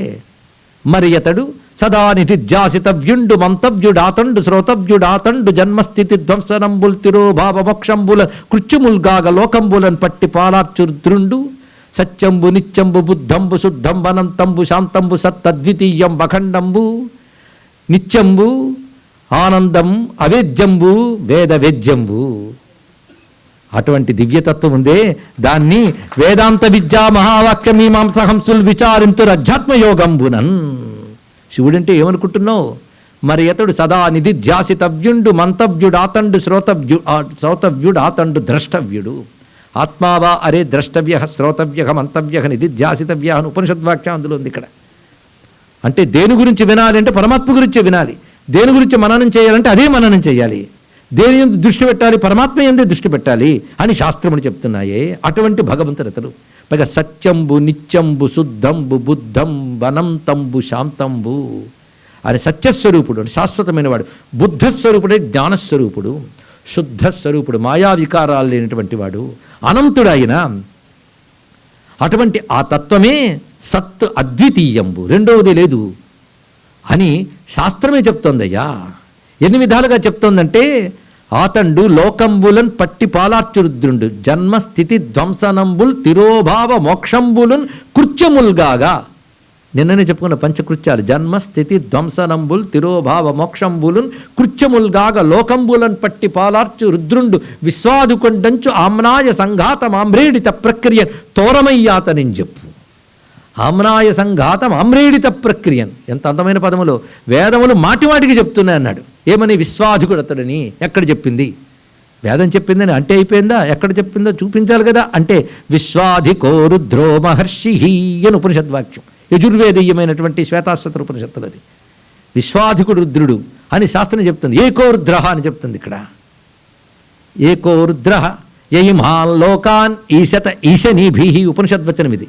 ఎవడు తన శాసక శక్తులతో విశ్వాన్ని శాసిస్తూ ఉంటాడో అతడు ఆ రుద్రుడు అని శాస్త్రం చెప్తున్నది కదా. అతన్ని మించి మరొక తత్వం గొప్పది లేదు అని కూడా శాస్త్రం చెప్తున్నది. విశ్వాధిక విశ్వాధిప రెండూ కూడా ఆయనే అని తెలియజేస్తుంది. అందుకే యో అగ్నో అప్సు య ఓషధీషు యో రుద్రో విశ్వాభువన వివేశ తస్మై రుద్రాయ నమోస్తు అని వేదం చెప్తుంది. అగ్నియందు జలమునందు, అదేవిధంగా విశ్వాభువన వివేశ, ఇది ఒకటి చెప్పడం ఏంటి? సమస్తమునందు ఎవడు ప్రవేశించి వ్యాపించి ఉన్నాడో ఆ రుద్రునికి నమస్కారం అని చెప్తున్నారు ఇక్కడ. ప్రవేశించి, అది వివేశ అంటే లోపలికి ప్రవేశించి వ్యాపించాడు. ఈ ప్రవేశించి వ్యాపించిన వాడిని విష్ణువు అంటారండి. కనుక రుద్రుడు వ్యాపించితే విష్ణువు అయ్యాడు, ఎవడు వ్యాపించాడు వాడు రుద్రుడు అయ్యాడు. ఇది తెలిస్తే శివాయ విష్ణు రూపాయ అంటే నీకు తెలుస్తుంది. అది వేదం కూడా ఓం నమో భగవతే రుద్రాయ విష్ణవే మృత్యుర్మే పాహి అన్నది ఇక్కడ. ఓం నమో భగవతే రుద్రాయ విష్ణవే వేదం వెంటనే చెప్పింది. రుద్ర శబ్దం విష్ణు శబ్దం. శాశ్వతగం శివం అచ్యుతం విన్నారు ఎప్పుడైనా? శాశ్వతం శివం అచ్యుతం. అరే శివనామం అన్ను రుద్రనామం అంటే అక్కడ ఏం చేస్తావు? మంత్రపుష్పం ఎగరగొడతావా? స్పష్టంగా కనబడుతుంది అక్కడ అని అంటుంది ఎవరు? అమ్మవారు. పైగా నువ్వు ఏం చదువు, ఏం తెలుసు, నువ్వు ఏం మాట్లాడుతున్నావు శివతత్వం? అందుకే వేదాంత విద్యా మహావాక్య మీమాంస హంసులు విచారింతురు అధ్యాత్మయోగంబునం. వేదాంత విద్యలో మహావాక్యములు ఉంటాయి.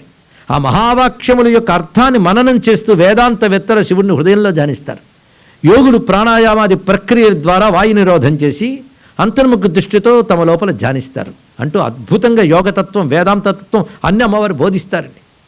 ఇప్పుడు చెప్పుకున్నాం కదా, కొంచెం మన భాగవతంలోకి వెళదాం. పోతన గారు అలా చెప్తున్నారు. ఇది విష్ణు సంబంధమైన గ్రంథం.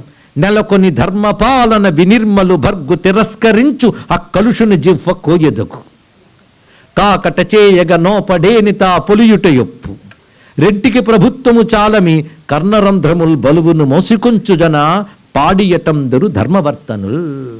శివనింద ఎంత దోషమంటే దేనికైనా ప్రాయశ్చిత్తం ఉంది, కానీ శివనిందకు ప్రాయశ్చిత్తం లేదు. శివనింద చేసేవాడిని చూస్తే సచేల స్నానం చేయాలండి. అలా శివనింద ఎంత పాపము. అలాంటి శివుణ్ణి నిందిస్తే ఆ నిందించిన వాడు నాలుగు ముందు కొయ్యాలి. అది నువ్వు చెయ్యలేకపోతే నిన్ను నువ్వు చంపుకోవాలి. రెండూ చెయ్యలేకపోతే రెండు చెవులు మూసుకుని అక్కడి నుంచి వెళ్ళిపోవాలి. అది పైగా శివనామం అంటే ఏమనుకున్నావు? ఏదో మాట్లాడుతూ మాట్లాడుతూ శివ అన్న చాలయ్యా, వాడి పాపాలన్నీ పోతాయని శాస్త్రం చెప్తోంది సుమా.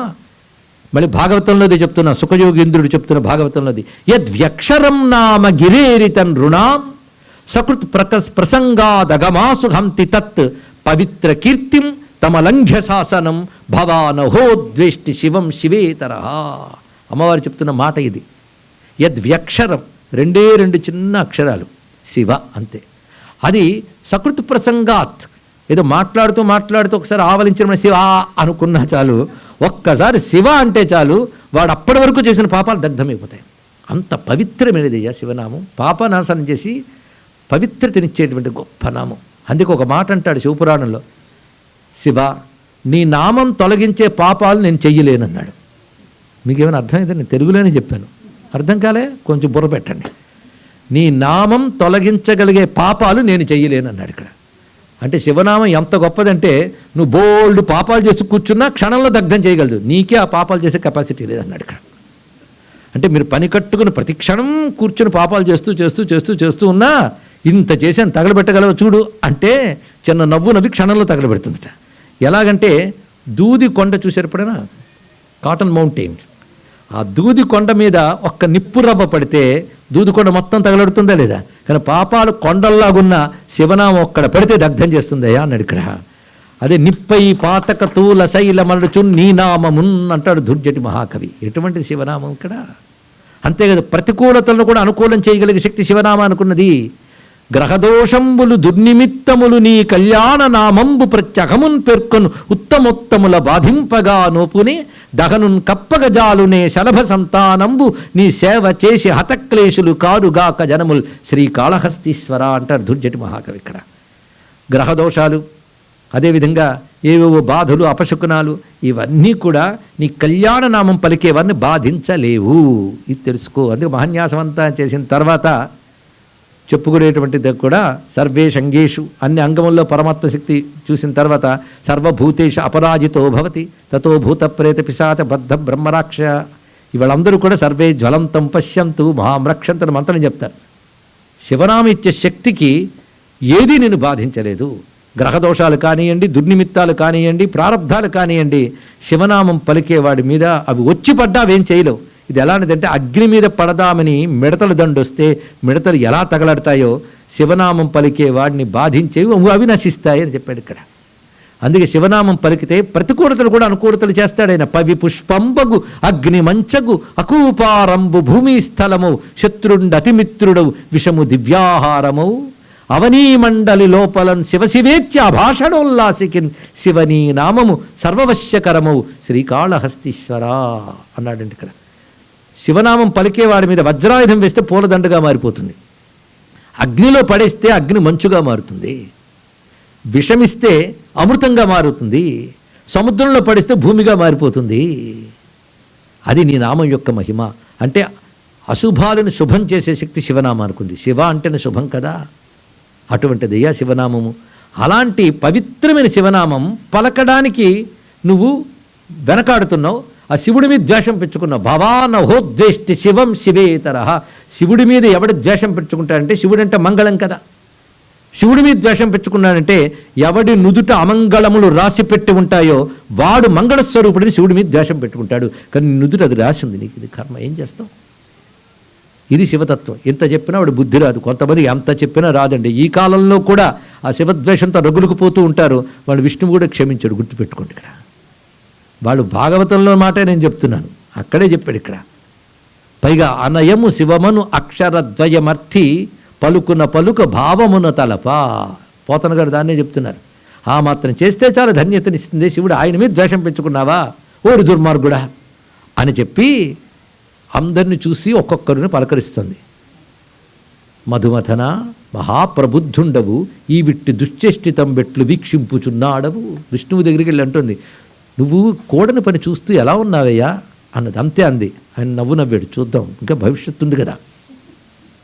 పై అగ్ని దగ్గరికి వచ్చి, ఈ కూడు తీపయ్యని నీకు నిర్భాగ్య, నీకు ఈ కూడు తిందామనుకుంటున్నావా? ఒక్కొక్కడి దగ్గరికి వెళ్తుంది. పైగా సూర్యుడి దగ్గరికి వెళ్ళింది. ఆయన అనుగ్రహం వల్ల కదా నువ్వు ఉంటావు. ఓ చంద్ర, నెత్తి మీద నువ్వు కళపెట్టుకుని కూర్చోబెడితే నువ్వు క్షేమంగా ఉన్నో తెలుసుకో. ఇవాళ మీరు ఏం తినాలని ఇక్కడికి వచ్చారు చూడండి. ఇంకా నేడెల్లి ఎల్లుండి ఈ లోపలన్ ఏ పాకమున్ పొందనున్నారో, ఏ దుర్దశలు తూలనున్నారో, ఏ పంచలం దూరనున్నారో ఆపై దైవం బెరుంగున్ అని చెప్పి అమ్మవారు యోగశక్తితో తన శరీరాన్ని త్యజించారు. అక్కడ దాక్షాయిని తన శరీరాన్ని త్యజించింది.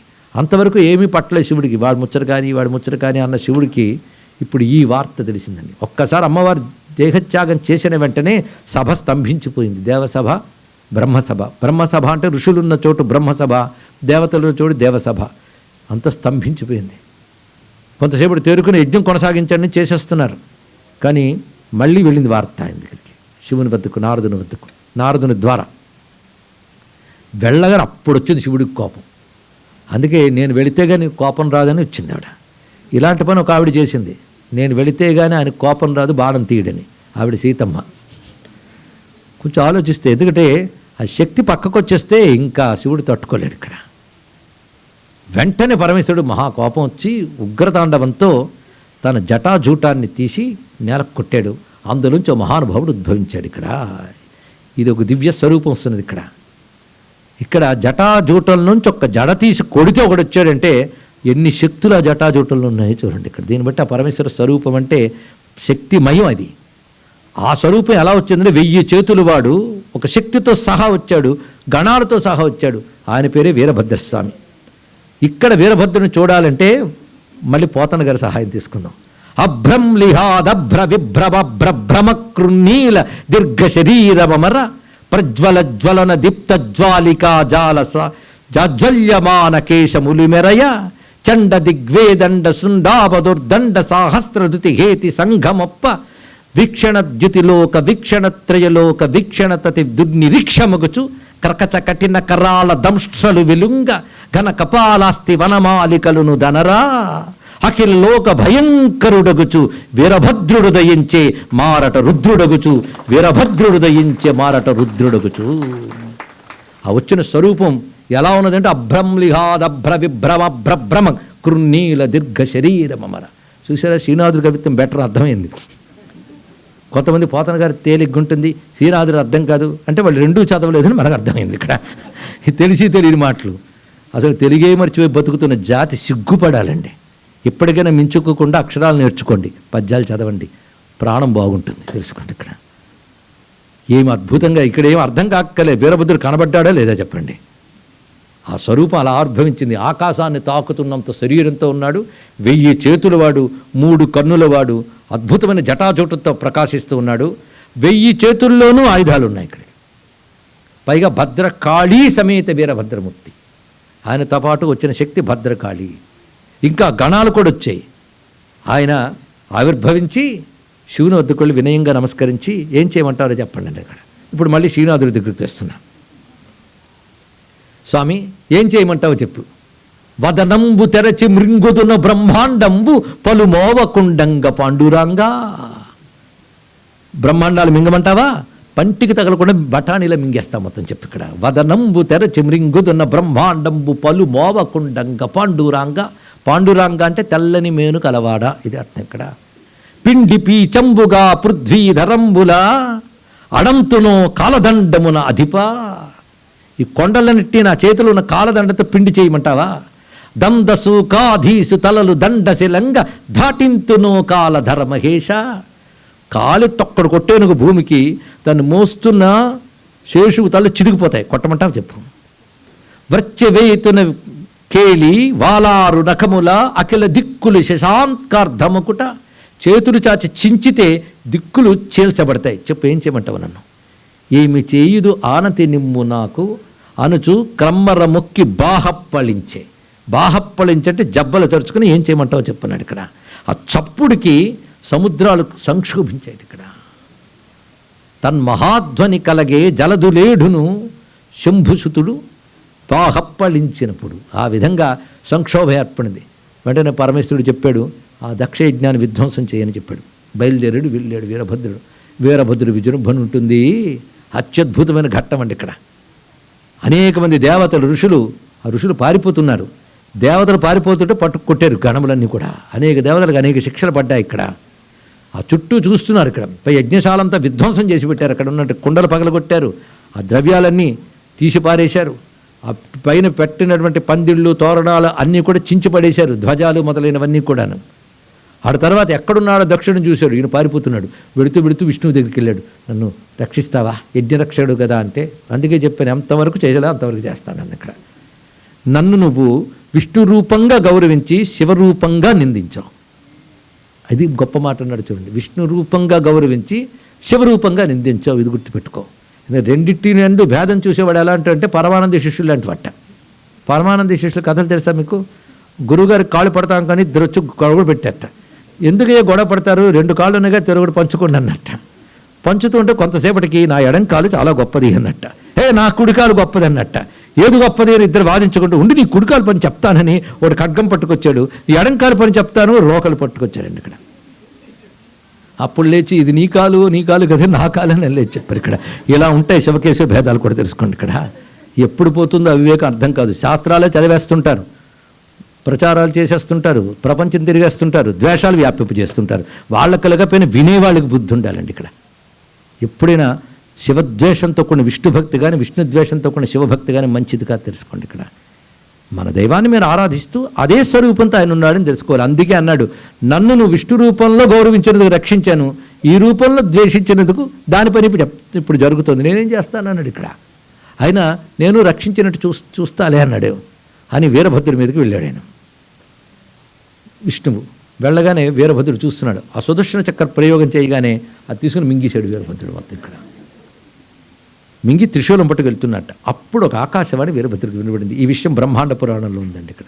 ప్రతిదీ కూడా వివిధ పురాణం నుంచి అక్కడ అద్భుతమైన వాక్యం చెప్తున్నాడు. ఆకాశవాణి ఏంటంటే ఎవరి మీదకి వెళ్తున్నావు, విష్ణువు ఎవడో కాదు, ఆ పరమేశ్వరుని స్వరూపమే, ఇది తెలుసుకో.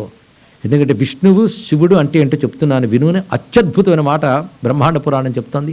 ఆద్యాశక్తి మహేశస్య చతుర్థా భిన్న విగ్రహ కోపేచ కాళికా రూప దుర్గారూపాత సంగరే భోగే భవానీ రూపాస పురం రూపా విష్ణు రూపిణి. ఇది సాక్ష్యం చెప్తున్నాడు ఇక్కడ. దీని అర్థం ఏంటంటే పరమేశ్వరుడికి ఒక శక్తి ఉంది, అది సృష్టికి పూర్వమే ఉన్న శక్తి, ఆద్యాశక్తి. ఆద్యాశక్తి 4 రూపాలతో ఉంటుంది. అది కోపంలో ప్రళయకాలంలో కాళీ అనే పేరుతో చెప్పబడుతుంది. ధర్మరక్షణ చేసేటప్పుడు యుద్ధాల్లో అదే దుర్గా అని చెప్పబడుతుంది. సౌమ్యంగా జీవులకి అన్య భోగములు ఇచ్చేటప్పుడు ఆ తల్లి భవాని అని చెప్పబడుతుంది. ఆ శక్తి పురుష రూపం ధరిస్తే విష్ణువు అని చెప్పబడుతుంది అన్నాడు ఇక్కడ. అది విషయం. అది విష్ణువుని అమ్మవారిని సోదరులు అని ఎందుకంటారంటే ఇద్దరు ఒకే స్వరూపం, పుంరూప విష్ణు రూపిణి. అది యా ఉమా సా స్వయం విష్ణు అని ఆగమవాక్యం. ఇది రుద్ర హృదయోపనిషత్తులో వాక్యం. ఉమాశంకరయోర్ యోగం సయోగో విష్ణురుచ్యతే. ఇది రహస్యం. ఇవి కొంచెం ఆలోచిస్తే అర్థమైపోతుంది. అందుకే ఆలోచించకుండా ద్వేషం పెంచుకు తిరుగుతుంటారు ఇక్కడ. కనుక ఈ 4 కనుక ఎవరైనా పరమేశ్వరుడు యొక్క శక్తికి శివునికి భేదం లేదు, విష్ణువుకి శివునికి భేదం లేదు, ఇది తెలుసుకో అనగానే త్రిశూలం కింద పడి దండం పెట్టాడు ఆయన. స్వామి అని నా అనుమతి లేనిది, నా సహకారం లేనిది నువ్వు ధ్వంసం చేయలేవు యజ్ఞాన్ని, నేను ఇప్పుడు ఇస్తున్నాను అనుమతి, వెళ్ళి విజృంభించని చెప్పాడు వీరభద్రుడికి. అయ్యో నీ చక్రం మింగేశానని మళ్ళీ ఎలా తెచ్చుకోవాలో తెలుసలేదు, అంతగా లేలా వెళ్ళన్నాడు ఇక్కడ. అప్పుడు అద్భుతంగా వీరభద్రుడు విజృంభించాడు. యజ్ఞమంతా ఒక మృగరూపం ధరించి పరిగెడుతూ ఉంటే ఒక బాణప్రయోగం చేశాడు. ఆ మృగము యొక్క తల నరికేశాడు. అంటే శివుడు లేని యజ్ఞం తల లేని మృగం లాంటిది అని చెప్పాడు ఇక్కడ. దక్షుడు ఎక్కడున్నాడో అని చూస్తున్నాడు. ఎందుకైనా మంచిది ఇంద్రుడు నెమల రూపం ధరించి ఎగిరెళ్ళిపోయాడు. కొంతమంది వాడి దారులు వాడు చూసుకుంటున్నారు ఇక్కడ. అంటే ఇక్కడ తెలుసుకోవాల్సింది, మనమెవరమైనా జీవులు తప్పు చేస్తే దేవతలు శిక్షిస్తారు. దేవతలు శిక్షించితే దేవతలు తప్పు చేసి శిక్షించేవాడెవడు?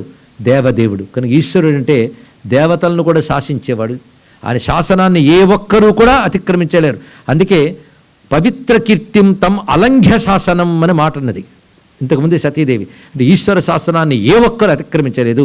శివుని ఆజ్ఞ లేనిది చీమైనా కొట్టదంటే అదే మాట అండి. ఆయన శాసనాన్ని అతిక్రమించలేదు. సర్వానుల్లంఘ్య శాసన ఎక్కడుంది ఇది? అదే ఇక్కడ. సర్వ అనుల్లంఘ్య శాసన, ఈశ్వర శాసనాన్ని ఏ ఒక్కరూ కూడా అతిక్రమించలేరు. విశ్వంలో ఉన్న రెండే యోగాలు, ఒకటి ఆజ్ఞాయోగం, రెండవది అనుగ్రహ యోగం. శివుని ఆజ్ఞ ప్రపంచాన్ని నడుపుతుంది, శివుని అనుగ్రహం ప్రపంచాన్ని నడుపుతుంది. అంతకు తప్ప మరొకటి లేదు. ఆజ్ఞా అనుగ్రహం గుర్తుపెట్టుకో. ఆ ఆజ్ఞా అనుగ్రహం మూర్తి భవిస్తే అమ్మవారు, ఆవిడ ఆయన యొక్క శక్తి. అందుకే ఆవిడ ఇంత పని చేస్తుంది అంతా కూడా. మొత్తానికి ఆ విధంగా విజృంభించాడు వీరభద్రుడు. దేవతలు కూడా దెబ్బలు తింటూ ఉన్నారు. తిన్నగా దక్షుణ్ణి పట్టుకున్నాడు. పట్టుకుని తల నరికి వేశాడు. ఒక్కసారి అక్కడ మొత్తం ఆహాకారాలు వేదిక మీద రగిలేయి. యజ్ఞం ఆగిపోయింది. ఏ యజ్ఞమైనా సరే సగంలో ఆగిపోతే లోకానికి విపత్తు. పైగా పరమేశ్వరుణ్ణి కాదని చేసే యజ్ఞము దుష్ఫలితాలు ఇస్తుంది. అభిచారాహ అన్నాడు ఇక్కడ.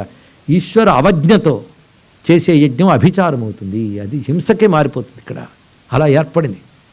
దానితో ఇంకా దేవతలు బ్రహ్మదేవుడు కలిసి ఇది పరిపూర్తి చేయకపోతే ప్రపంచానికి క్షేమం కాదని చెప్పి తిన్నగా చేరుకున్నారు కైలాసానికి. అక్కడ పరమేశ్వరుడి దగ్గరికి వెళ్తున్నారు. భయంగా వెళుతున్నారు. ఎందుకంటే కోపంతో ఉన్నాడు ఆయన. వీరభద్రుని పంపించాడు. ఈయన ఎలా ఉంటాడో ప్రశాంతం చేసుకోవాలని. వీళ్ళు ఊహించిందో కూడా అక్కడ ఉన్నది ఒకటండి. అక్కడ వెళ్ళేటప్పటికల్లా ఆ కైలాసంలో పెద్ద మర్రి చెట్టు ఉంది. అది 75 యోజనాల పొడవున్నది, 100 యోజనాల విస్తీర్ణం ఉంది. ఇక్కడ అంత మర్రి చెట్టు ఉంటుందంటే కైలాసంలో ఉంటుంది ఇది. ఆ మర్రి చెట్టు మొదట్లో ఒక వేదిక, దాని మీద ఒక దర్భాసనం, దాని మీద కూర్చుని ఉన్నాడు 16 ఏళ్ల కుర్రవాడు రూపంతో. పైగా ఎంత చక్కగా ఉన్నాడంటే ఎడమ పాదం ఎత్తి కుడి తొడ మీద పెట్టుకున్నాడు. చేతిలో చిన్ముద్ర పట్టుకున్నాడు. పుస్తకం పట్టుకున్నాడు ఇంకో చేతిలో. పైన అద్భుతంగా అమృత కలశం ఒక చేత్తో, అక్షమాల మరొక చేత్తో పట్టుకుని తెల్లని కాంతులతో కుర్రవాడు మెరిసిపోతున్నాడు. ఆ చుట్టూ కూర్చున్న వారు ఎవరంటే సనక సనందనాథులు అందరూ కూర్చున్నారు. ఇక్కడ చిన్న నవ్వు నవ్వుతున్నాడు. ఎంత ప్రశాంతంగా ఉన్నాడో ఆయన చూస్తూనే మనసులో అలజడిపోతుందండి. చిత్రం వడతరోర్మూలే వృద్ధా శిష్యా గురుర్యువ గురుస్తు మౌనం వ్యాఖ్యానం శిష్యాస్తు చిన్న సంశయా. ఆ చిరునవ్వు నవ్వుతూ మందస్మిత స్ఫురిత ముగ్ధ ముఖార విందం దానితో ప్రకాశిస్తున్నాడు. వటపటిప సమీపే భూమి భాగే నిషన్నం సకల ముని జనానాం జ్ఞానదాతారమారాత్ త్రిభువన గురుమీశం దక్షిణామూర్తిదేవం జనన మరణ దుఃఖచ్ఛేద దక్షం నమామి. ఆ స్వరూపం చూశారు వీళ్ళు. ఆశ్చర్యపోయి చూస్తున్నారు. ఎంత ప్రశాంతంగా ఉన్నాడు. ఏమిటా రూపం పేరు? దక్షిణామూర్తి. మొత్తం శివలీలలో ఎన్నెన్ని మూర్తులు వస్తున్నాయో చూడండి. మాకు ఈ మూర్తి అక్కర్లేదని మీరు ఎవరైనా చూస్తాను. అన్నీ కావాల్సిన వాళ్ళే. దక్షిణామూర్తి ఏమిటయ్యా దక్షిణామూర్తి అంటే? దక్షిణ అంటే సర్వసమర్థత, దక్షత అంటాం కదా. వాడు దక్షుడు, ఈయన దక్షిణామూర్తి. ఇది తెలుసుకోండి ఇక్కడ. అంటే నేను సమర్థుడిని అనుకుంటున్నవాడు అయిన సమర్థుడు ఆయన. అది తెలుసుకోవాలి. ఆయన ఇస్తూ వచ్చింది వాడికి. కానీ సర్వసమర్థుడు. దక్షిణుడు అంటే కర్తుం అకర్తుం అన్యథా కర్తుం అవి సమర్థ. ఏదైనా చేస్తాడు, చెయ్యకుండా ఉంటాడు, ఒకదానికోటి చేస్తాడు. మనం అడగడానికి లేదు. మనం చెయ్యలేనిది చేసేవాడు సమర్థుడు. అంతే కదా దక్షిణుడు అంటే. మనం చేయలేని చేసేవాడు. మనం చేయలేని అంటే నిన్న చెప్పుకున్న సృష్టి స్థితి సంహార తిరోధాన అనుగ్రహములు 5 చేసేవాడు దక్షిణుడు అంటే ఈశ్వర. ఆయన మూర్తి. ఆ దక్షిణమే మూర్తి భవించి కూర్చున్నాడు ఇక్కడ. సర్వసమర్థుడండి. అటువంటి దక్షిణామూర్తి అన్నారు ఇక్కడ. సర్వసమర్థుడైన స్వామి. అయితే దక్షిణామూర్తి అనే మాట చాలా చమత్కారం. దక్షిణ మూర్తి, దక్షిణ అమూర్తి అంటే మూర్తి ఆయనే, అమూర్తి ఆయనే. అటువంటి వాడు దక్షిణామూర్తి. ఎందుకు ఆ దక్షిణం అని పేరు వచ్చిందంటే ఆయన కూర్చున్నాడు ఉత్తరం వైపు, దక్షిణ వైపు చూస్తున్నట్టు. ఆయన దక్షిణ వైపు చూస్తున్నాడు కనుక దక్షిణామూర్తి అని ఒక అర్థం చెప్పారు ఇక్కడ. అదెందుకే అంటే దక్షిణం యమదిశ, అవునా లేదా? యముడంటూ మృత్యువు. ఇప్పుడు మనం శివుడి వైపు తిరగాలంటే మనం ఉత్తరం వైపు తిరగాలి కదా. ఉత్తరం వైపు తిరిగితే మన బ్యాక్ దక్షిణం అవుతుంది. బ్యాక్ చూపించడం అంటే డోంట్ కేర్ అనడం, అవునా లేదా? కానీ ఎవడికి శివుడి వైపు తిరుగుతారో వాడు యముడు డోంట్ కేర్ అంటాడు. అది తెలుసుకోండి ఇక్కడ. అలా ఉంటాడు వాడు. అయితే శివుడు దక్షిణ వైపు ఎందుకు చూశాడంటే తన భక్తుడి వైపు వాడు రాకుండా నిఘా వేసి పెట్టాడు అనమాట ఇక్కడ. ఇది దక్షిణామూర్తత్వంలో ఉన్న ఎన్ని అందాలు ఉన్నాయో. పైగా వామం అమ్మవారు దక్షిణమైన, వామం ఇప్పుడు వెళ్ళిపోయింది, మిగిలింది ఏమిటి? దక్షిణం. అదే దక్షిణామూర్తి అయ్యా అని చెప్పాడు ఇక్కడ. అందుకు ఒక్కడే కూర్చున్నాడు అక్కడ, ఆవిడ లేదు అక్కడ. చుట్టూ ప్రశాంతంగా వాళ్ళందరికీ వేదాంత చర్చ చేస్తున్నాడు. చర్చ ఏమిటి? మౌనమే. అంతే. దీనితోనే మొత్తం జ్ఞానం తెలిసిపోయింది వాళ్ళకి ఇక్కడ.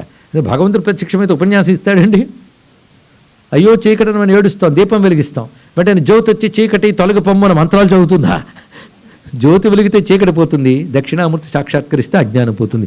మరి మాటలు అక్కర్లే, మాటలు దాటిపోయిన జ్ఞానం అది.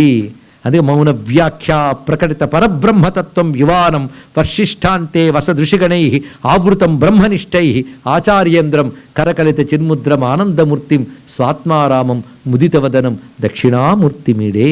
అసలు దక్షిణామూర్తి అనే మాటే చాలండి మంత్రం అది.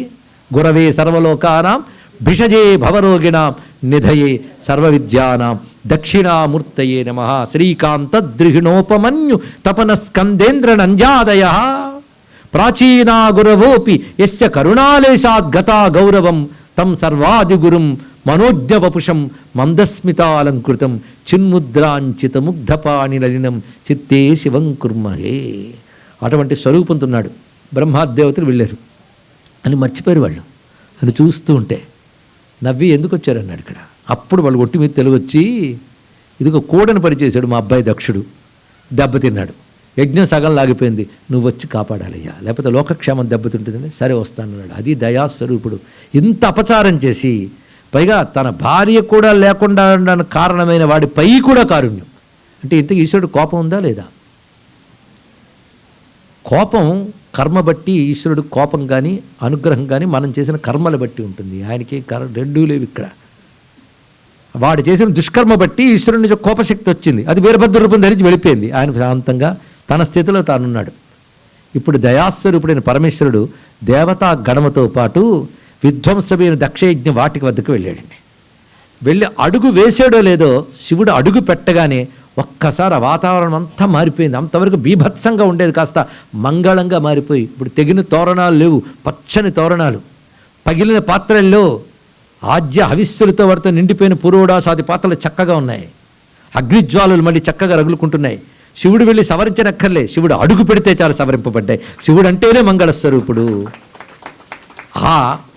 అందుకే శివో నామరూపాభ్యాం అన్నారు. నామము శివమే, రూపము శివమే. ఆయన అడుగు పెట్టగానే అంత మంగళకరంగా మారిపోయింది. ఇక్కడ అంతా బాగుంది కానీ యజమాని లేడు. యజ్ఞం చేసేవాడు ఏడన్నాడు అంటే వాడిని తల తీసేశారు. అన్నీ సెట్ అయ్యి అది సెట్ కాలేదు. ఇంకా చూశాడు, తల లేదుగా, ఇంకా దాన్ని అతికించాలి. అడిగాడు వీరభద్రుని, తల తీసుకురాని, నేను ఎప్పుడో దాని అగ్నిహోత్రంలో పడేశాడు అన్నాడు ఈయన ఇక్కడ. సరే ఏం చేస్తాడు, అప్పుడే యజ్ఞార్థం కొట్టిన ఒక మేక యొక్క తల ఉంది, అది తీసుకురా అన్నాడు. వీరభద్రుడు చేతి ఇవ్వగానే అలా పెట్టాడండి. మృత్యుంజయుడు చేయి తగిలితే ఏమవుతుంది, ఒక్కసారి లేచి కూర్చున్నాడు అతను. ఒక్కసారి లేచి కూర్చొని పరమేశ్వరుణ్ణి బుద్ధి వచ్చింది నాయన అని, కొందరు తల తెగితే కానీ బుద్ధి రాదు, ఏం చేస్తాడు ఇక్కడ, బుద్ధి వచ్చింది నాయన అని చెప్పి శివుని స్తోత్రం చేయడం మొదలు పెడతాడు. అప్పుడు మేమేమే అంటాడు. ఏమంటాడు, ఇంకా మేక తలేదు ఇక్కడ. నాయన నిన్ను ఉద్దేశించి యజ్ఞం చేయడం వల్ల అన్నీ లభిస్తాయి. ఏమి లభిస్తాయి అంటే శంచమే మయశ్చమే ప్రియంచమే నుకామశ్చమే మే మే మే. చమకమంతా మేక పలికినట్టే ఉంది ఇక్కడ. కానీ చమకం అలా పలికేయడని చెప్పడానికి కానీ అనడం లేదు. చమకం అలా పలికేయడని చెప్పట్లేదు కానీ చమకం పలికేటట్టుగా ఉంది. భావం కూడా సరిపోయింది. ఇదంతా యజ్ఞేన కల్పతాం, యజ్ఞం వల్ల వస్తున్నది. ఇవన్నీ భువనశ్చాధిపతిశ్చ అని పూర్తవుంది ఇక్కడ. ఈ భువనముకు అధిపతి అతడి వల్లని ఇవన్నీ, ఆయన నాకు ఎప్పుడు లభించుగాక అంటే బుద్ధి వచ్చిందయ్యా అన్నాడు ఇక్కడ. యజ్ఞం చక్కగా జరిపోయింది, అందరికీ బుద్ధి వచ్చింది. ఈయనకి లాస్ట్ శివుడికి. అమ్మవారు వెళ్ళిపోయారు. ఎందుకంటే ఎంత గొప్పవాడైనప్పటికీ కూడా శక్తి వదిలేసిన తర్వాత పాపం శివశక్త్యాయుక్తో యద్భవతి శక్త ప్రభుత్వం, అంత రాముడు కూడా ఎక్కడా కంట తడిపెట్టనివాడు సీతమ్మ అపహరించినప్పుడు బాధపడలే. అలాగా శివుడికి దుఃఖం వచ్చిందండి. దుఃఖంతో కూర్చుని ఉంటే బ్రహ్మ విష్ణు ఓదారుస్తారు. నీకు తెలియందా స్వామి, బయటకు వచ్చిన శక్తి వెళ్ళిపోయింది కానీ ఆవిడెప్పుడు నీలోనే ఉంటుంది కదా. ఈ వేదాంతాలకి ఏం బాగానే చెప్తారు కానీ ఆయన బాధపడుతున్నాడు. అప్పుడు ఆయనకు ప్రేరణగా అమ్మవారి ప్రేరణ ఇచ్చారు. ఇదే యజ్ఞవేదిక దగ్గర నా శరీరం ఉంది, ఛాయాసతి. మిగిలిన వాళ్ళందరూ నా శరీరం దగ్ధమైంది అనుకున్నారు, వాళ్ళకి అలా కనబడింది. కానీ నా దగ్ధమయ్యేదాన్ని కాను. నేను ధరించే స్వరూపం కూడా దివ్యమంగళ విగ్రహం. నేను ఆ సమయంలో నా నుంచి ఛాయాసతి అని ఒక రూపాన్ని అక్కడ పెట్టాను. అది వెళ్ళిపోయినట్టు కనబడింది కానీ అది కూడా నశించలేదు. అక్కడ యోగంతో పోవడం అంటే దగ్ధపోవడం కాదు, ఆ లోపల నుంచి యోగాగ్ని దగ్ధ కర్మాణం అన్నట్లుగా ఆ లోపల నుంచి అగ్ని మూలాధారం నుంచి వచ్చి క్రమంగా జీవుడు వదిలి వెళ్ళిపోతాడు. అప్పుడు దేహం అక్కడే ఉంది. అది చూడు నీకు కొంచెం మనశ్శాంతి వస్తుంది అని చెప్పింది ఆమె. తిన్నగా వెళితే శివుడికి కనబడింది ఆ శరీరం, ఇతరులకు గోచరించలేదు. ఇప్పుడు శివుడు చూశాక మిగిలిన వాళ్ళకి కూడా కనబడుతుంది. అప్పుడు ఆ శరీరాన్ని తీసుకుని పరవశుడైపోయి గట్టిగా ఆలింగనం చేసుకుని తర్వాత భుజం మీద వేసుకుని, ఎప్పుడైతే సతీదేవి శరీరం తగిలిందో ఆయనకు ఒక్కసారి మైమరపు వచ్చి నాట్యం చేయడం మొదలుపెట్టాడు. అసలు ప్రపంచంలో ప్రతి కదలిక శివనాట్యమే. కానీ అది ఉద్ధృతైపోతే కదలిక ప్రళయం వస్తుంది ఒక్కసారి. ఆయన సతీదేవి తన శరీరంపై ఉండడంతో మైమరచిపోయి చేస్తున్న తాండవం అకాల ప్రళయ తాండవంపై జగతికి ప్రమాదహేతువైపోయింది ఇక్కడ. అప్పుడు దేవతలందరూ ఏం చేయాలో తోచలక విష్ణువు వద్దకు వెళ్ళాడు. విష్ణువుకి తోచలేదు ఏం చేయాలో. ఒక్కసారి ధ్యానం చేస్తే అమ్మవారు విష్ణువులు అని చెప్పారు. నువ్వు మరోవైపు ఆలోచించకుండా చేతిలో ఉన్న చక్రముతో నా శరీరాన్ని ఖండించు. నువ్వు ఎప్పుడైతే బరువు పోతుందో ఆయన మళ్ళీ ఇహస్థితిలోకి వస్తాడు అని చెప్పిన వెంటనే విష్ణు అమ్మవారికి నమస్కారం చేసుకుని చక్ర ప్రయోగం చేస్తున్నాడు. ఎంత జాగ్రత్తగా చేస్తున్నాడంటే శివుడు పాదం భూమికి తాకినప్పుడు చక్రం వేస్తున్నట్ట. లేకపోతే ఈ శబ్దం మళ్ళీ వింటే బాగుండదని ఆ శబ్దం ఈ శబ్దం కలిసిపోయేలా చేస్తున్నాడు ఇక్కడ. అలాగే శివుడు నాట్యం చేస్తున్నప్పుడు కొట్టినటువంటి అమ్మవారి యొక్క శరీర ఖండములన్నీ వివిధ స్థానాల్లో పడ్డాయి. అవన్నీ కలిపి శక్తిపీఠాలుగా ఆవిర్భవించాయి. ఇది శక్తిపీఠాల గురించి చెప్పారు. ఈ కథలో ఉన్న సంకేతాన్ని కూడా మనం పరిశీలించాల్సిన అర్థం ఉంది. ఎందుకంటే అమ్మవారు నిజానికి ఈ శరీరం లేదు, ఆవిడికి శరీరం ధరించింది. అయితే ఆవిడ ధరించిన శరీరం కనుక దివ్య శరీరం. దివ్య శరీరంలో ఏ భాగం ఎక్కడ పడ్డా దానికి మళ్ళీ శక్తి ఉంటుంది. అంటే పెద్ద అగ్నిహోత్రం రగులుతుంది అనుకోండి, మీరు కొంచెం నిప్పు తెచ్చి పెట్టినా అది మళ్ళీ అంత నిప్పు తెస్తుందా లేదా? అలాగా అమ్మవారి యొక్క శక్తి మొత్తం పరచబడి అనేక పీఠాలుగా వచ్చాయి. అనేక పీఠాల్లో ముఖ్యం 108, అందులో ముఖ్యం 52, అందులో మళ్ళీ 18. ఈ కథ వింటే అయిపోయినట్టు అనిపించడం కాదు. శక్తిపీఠాలు లేని చోటు లేదండి. మన శరీరం అంతా శక్తిపీఠాలు ఉన్నాయి. మన శరీరంలో ప్రధానంగా 52 శక్తిపీఠాలు ఎక్కడెక్కడున్నాయో కూడా శాస్త్రం చెప్తుంది. మొత్తం 6 చక్రాల్లో 52 శక్తులు పంచబడి ఉంటాయి. 52 శక్తిపీఠాలు సరస్సులో ఉంటాయి. అవే 52 అక్షరాలుగా 50 అక్షరాలుగా వ్యాపించి ఉంటాయి ఇది ఇక్కడ. అదే మనం అనాహతం విశుద్ధం దగ్గర వచ్చేటప్పటికల్లా అనాహతాబ్జనలయ ఇత్యాది చదువుతుంటాం కదా. అమృతాది మహాశక్తి సంవృత డాకినీశ్వరి, అవే శక్తిపీఠాలండి. ఈ శక్తిపీఠాలని శరీరంలో ఉంటేనే శక్తి. అంటే పరచబడి ఉంది, ఒకే శక్తి పరచబడి డిస్ట్రిబ్యూట్ అయి స్ప్రెడ్ అయి ఉంది. అలాగే భూమి అందు కూడా స్ప్రెడ్ అయింది. ఇవి శక్తిపీఠాలకు వచ్చాయి. ఇందులో కథలో అంతరార్థం చూడాలి, ప్రతిదానికి అంతరార్థం. ఇది ముందు తెలుసుకోవాల్సింది, మనలాంటి మానవ దేహాలు కావు వారివి, దివ్య దేహములు. జరుగుతున్నది కూడా డివైన్ ప్లేన్లో జరుగుతున్న కథ, అంతేగాని ఎర్త్లీ ప్లేన్లో జరగట్లేదు. ఎందుకంటే అందులో పాత్రలు దేవతలు, ప్రజాపతులు, వాళ్ళు పాత్రలు. కానీ మనలాంటి క్యారెక్టర్స్ కావు అవి.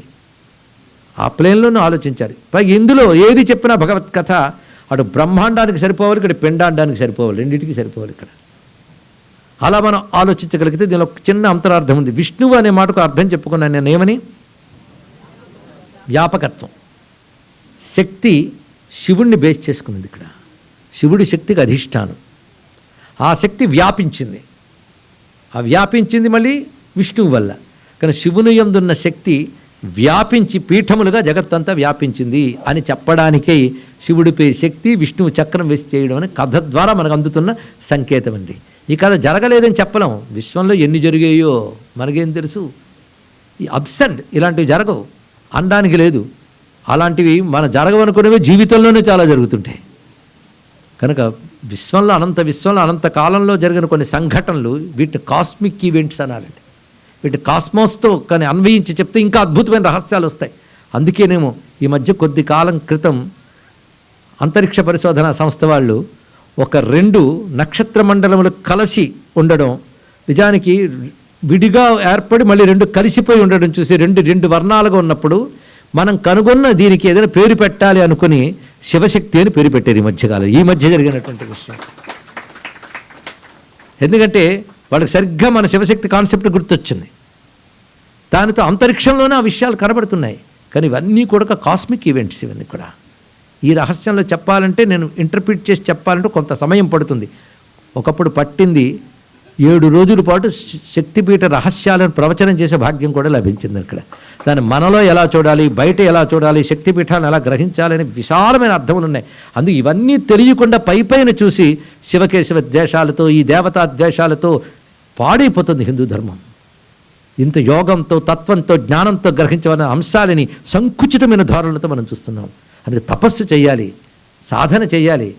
అందుకే వాదనలు వదిలి సాధనలోకి దిగాలి. వాదనకి సాధనకి చాలా దూరం ఉంది. సాధన చేస్తే సత్యం సాక్షాత్కరిస్తుంది ఇక్కడ. ఈ అద్భుతమైన శక్తిపీఠ రహస్యాలు మనం ఇప్పుడు చెప్పుకున్నాం. ఇవాళ ఎంత భాగ్యం అంటే, ఒకవైపు దశమహావిద్యలు, శక్తిపీఠాలు 2 వచ్చాయి. మొత్తం అయిపోయింది. అయిపోయిన తర్వాత శివుడికి కొంతసేపటికి శరీరం మీద పరుగు పోయిన విషయం స్పృహలోకి వచ్చింది. ఒక్కసారి లేచి నిలబడ్డాడు, తడుముకున్నాడు, కనబడలేదు, చూస్తున్నాడు. ఇప్పుడు ఆయన ముందు నిలబడే ధైర్యం ఎవరికీ లేదు. చేసిన నిర్వాకం విష్ణువు. కనుక ఆయన వెళదామా అంటే ఇప్పుడు వెళ్ళే టైం బాగలేదు, ఎలాంటిదైనా ఫేస్ చేయగలిగేవాడు ఉన్నాడు, ఆయన పిలుద్దామని పిలిచాడు. ఆయన పేరు నారదుల వారు. నేను ముందు నువ్వు వెళ్ళి చెప్పు, తర్వాత నేను వస్తానన్నాడు. ముందు ఆ తీవ్రత తగ్గిపోవాలి. నారదుల వారు వచ్చి నమస్కారం చేసి, మహానుభావ నటరాజా ఈ స్తోత్రం చేసిన స్తోత్రం తర్వాతే ఎక్కడికి వెళ్ళింది అన్నాడు. ఇక్కడ అంటే ఇలా లోక కళ్యాణం కోసం విష్ణువు ఇలా చేయవలసి వచ్చిందంటే శివుడు కూర్చొని అసలు సత్తి పోయి ఛాయాసత్తో నేను ఆనందిస్తుంటే అది కూడా లేకుండా చేశాడు కనుక విష్ణువు కూడా భార్యా వియోగంతో బాధపడుగాక అన్నాడు ఇక్కడ. అప్పుడు విష్ణువు చమ్మయ్య అని వచ్చాడు. ఇక్కడ పరమేశ్వర అన్నాడు. కూర్చొని అయినా అన్నాడు శివుడు. కొంతసేపు అయ్యాక బాధతో నిన్ను శపించేసానేమో అనుకోకొని, ఇది అవసరమయ్యా నాకు అన్నాడు. ఎందుకంటే నేను మళ్ళీ అవతరించాలి. నేను అవతరిస్తే నాకు వెనకాల కర్మలు ఉండవు. మనకంటే అనుభవించడానికి కర్మలు ఉంటాయి. భగవంతుడు అవతరించ ఒక లీల చేయాలంటే కర్మల్లో కనుక నాకు ఏవి మిగలాలి కదా, ఇలాంటివన్నీ మిగుల్చుకుంటాను అందులోకి. నేను రామావతారం ధరించినప్పుడు ఈ విధంగానే భార్యా వియోగంతో బాధపడతారు, అప్పుడు నాకు పనికి వస్తుంది ఇక్కడ అన్నాడు. అంటే ఏమైనా భార్యా వియోగం తట్టుకోవడం మహా కష్టమయ్యా, నాకు తెలుసుగా అది.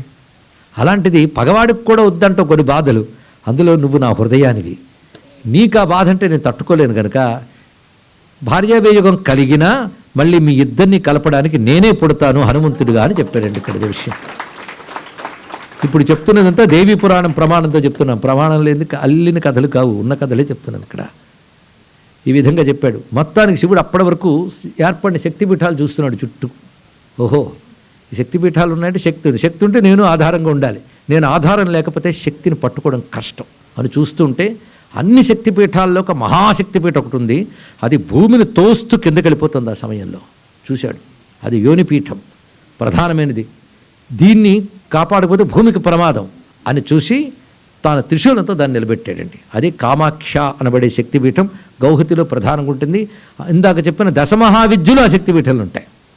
ఎన్ని రహస్యాలండి ఉపాసనాపరంగా. ఎవడిని ఓపిగ్గా కూర్చోవాలే కానీ ఎందుకు ఏది చెప్పారు, ఇది మంత్రపరంగా, ఇది యోగపరంగా, ఇది విజ్ఞానపరంగా, ఇది తత్వపరంగా, ఇది ఉపాసనాపరంగా అని ఒక్కొక్కటి చెప్తూ ఉంటే ఒక్క దాంట్లో మెనీఫోల్డ్ అన్నట్టుగా బోల్డ్ అన్ని జ్ఞానాలు బయటకు వస్తాయి.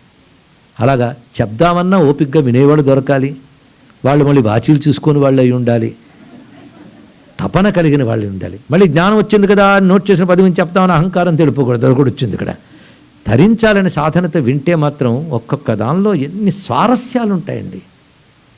కథలో ఉన్న అందాలు ఇక్కడ. అంటే ఆ భావాలు వస్తున్నా ఆపుకుంటూ ఈ బాధంతో మీకు చెప్పుకుంటున్న మరొకటి కాదు ఇక్కడ. అంత విశేషమైన రహస్యం దశమహావిద్యలు ఆ పీఠంలో ఉండడంలో ఒక సంకేతం ఉంది. అవన్నీ యోగ రహస్యాలు. ఇవి పైన చూసేసి కాళీ అంటే ఒక ఫెరోషియస్ గాడెస్ వాడు రాసేస్తాడు, మనం నమ్మేస్తాం. వాడికి ఏమర్థమైంది? కాలం ఎప్పుడు ఫెరోషియస్ నీకు తెలియదు.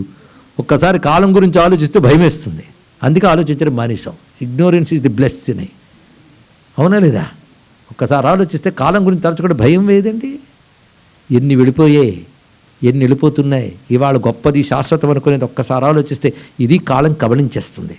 అది కాలం ఎప్పుడు ఓపెన్ అవుతాయి, నోరు తెరిచే ఉంటుంది, వెళ్ళిపోతున్నాయి లోపలికి. నల్లగా ఉంటుందంటే ఇన్ఫినిటీ, అంతు పట్టదు కాలం ఇక్కడ, అవునా లేదా? అదే కాలస్వరూపం ఇక్కడ. ఇలా ఒక్కొక్క దానిలో ఎన్ని విషయాలు ఉంటాయి. మొత్తం దశమహావిద్యలు 18 కాదు శక్తిపీఠాలు ఇలా ఏర్పడ్డాయి. అడతారు పరమేశ్వరుడు ఆ పీఠాన్ని అలా పట్టి అక్కడ కూర్చుని కొంతకాలం తపస్సు చేశాడు మనశ్శాంతి కోసం, అంతర్ముఖుడైపోయి. అంతేకాదు ఇది గొప్ప పీఠం అని తెలిసి బ్రహ్మ విష్ణువాదులు కూడా అక్కడ తపస్సును ఆచరించారు. ఆ విధంగా ఏర్పడింది శక్తిపీఠం. ఆడ తర్వాత లోకంలో ప్రమాదాలు ఏర్పడ్డాయి, భయంకరమైన రాక్షస శక్తులు విజృంభించాయి. ఎందుకంటే యజ్ఞం చక్కగా జరగచ్చు కానీ పరమేశ్వరుడు క్షమించేస్తాడు, అది కొంతవరకు, ఇంకా కొంత మిగిలిపోతుందండి, అనుభవించక తప్పచ్చునండి ఇక్కడ. అందుకే దేవతలు రాక్షస శక్తుల చేతిలో ఓడిపోయారు. ఎందుకంటే కోడని యజ్ఞంలో పాల్గొన్నారు వెళ్ళి. ఎప్పుడైనా చేసిన కర్మ నలుగురికి పంచబడుతుంది, ఇది చాలా గుర్తుపెట్టుకోవాలి. అది కర్తారం చేసేవాడొకడు, కర్త కారయతా చైవ ప్రేరకశ్చ అనుమోదక. చేసేవాడు, చేయించేవాడు, ప్రేరేపించేవాడు, బాగుంది తల ఊపేవాడు. నలుగురికి కూడా పనిలో భాగం పంచబడుతుంది. సుకృతానికైనా దుష్కృతానికైనా, మంచి పనికైనా చెడ్డ పనికైనా ఆ చేసినప్పుడు రిజల్ట్ నలుగురికి పంచుతారట. ముందు చేసిన వాడికి, చేయించిన వాడికి, ప్రేరేపించేవాడికి, ఆమోదించేవాడికి నలుగురికి పంచబడుతుంది, చెడైనా మంచైనా. కనుక దేవతలకు కూడా అనుభవించక తప్పలేదు. వెళ్ళిపోయిన ఋషులు మంచివాళ్ళు మొదట, వీళ్ళందరికీ అనుభవించక తప్పలేదు. అందుకే అంత దేవతల బలం క్షీణించడానికి కారణం ఏమిటి అంటే ఆ దక్షయజ్ఞంలో పాల్గొనడం వల్ల. అంతే కదా, భాగవతంలో ఒక మాట రాస్తాడు, దక్షయజ్ఞంలో దక్షయజ్ఞం చేసిన దక్షుడికి ఆయన నిజానికి అయోనిజుడు. ఈ దోషం వల్ల తర్వాత గర్భావాసంగా పుట్టవలసి వచ్చింది దక్షుడికి కూడా. చూసారా, అంత భయంకరమైనది. అక్కడ భాగవతంలో విష్ణు వచ్చి చెప్తాడు శివకేశవుల మధ్య ద్వేషం ఎంత ప్రమాదమో తెలియజేస్తాడు. అవన్నీ జాగ్రత్తగా చదివితే అసలు ద్వేషభావాలు ఉండవండి ఇక్కడ. ఇప్పుడు ఈ విపరీతమైన పరిస్థితులు ఏర్పడి తారకాసురుడైన రాక్షసుడు విజృంభించి తన గణాలతో లోకాన్ని భయంకరంగా బాధపెడతాడు. అలాంటి రాక్షసుడు అంతవరకు లేట. ఎందుకంటే సృష్టిలో ఈ పంచభూతాల్లో సృష్టింపబడ్డ బ్రహ్మ సృష్టిలో ఉన్న వాళ్ళు ఎవరు తను సంహరించకూడదు. అది ప్లానింగ్ పడింది. అపారమైన బలంతో తపోబలంతో విజృంభిస్తున్నాడు.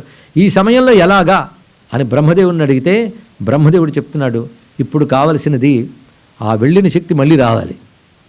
ఒంటరిగా ఉన్న శివుడు ఆమెను చేపట్టాలి. తత్వతః వాళ్ళిద్దరు అవిభాజ్యులే, కానీ లీలగా ఇప్పుడు ఇద్దరు వేరుగా ఉన్నారు. అందుకే తత్వం లీల అనే పదం నేను వేశాం. తత్వతః అవిభాజ్యులు. నాకు ముందు తపస్సులో మన అర్ధనారీశలో కనబడ్డారు వాళ్ళిద్దరూ. కానీ ఆ శక్తి ఇప్పుడు విడిగా ఉన్నది, ఇప్పుడు అంతర్ధానం అయిపోయింది. పరమేశ్వరుడు ఇప్పుడు ఒకడే ఉన్నాడు.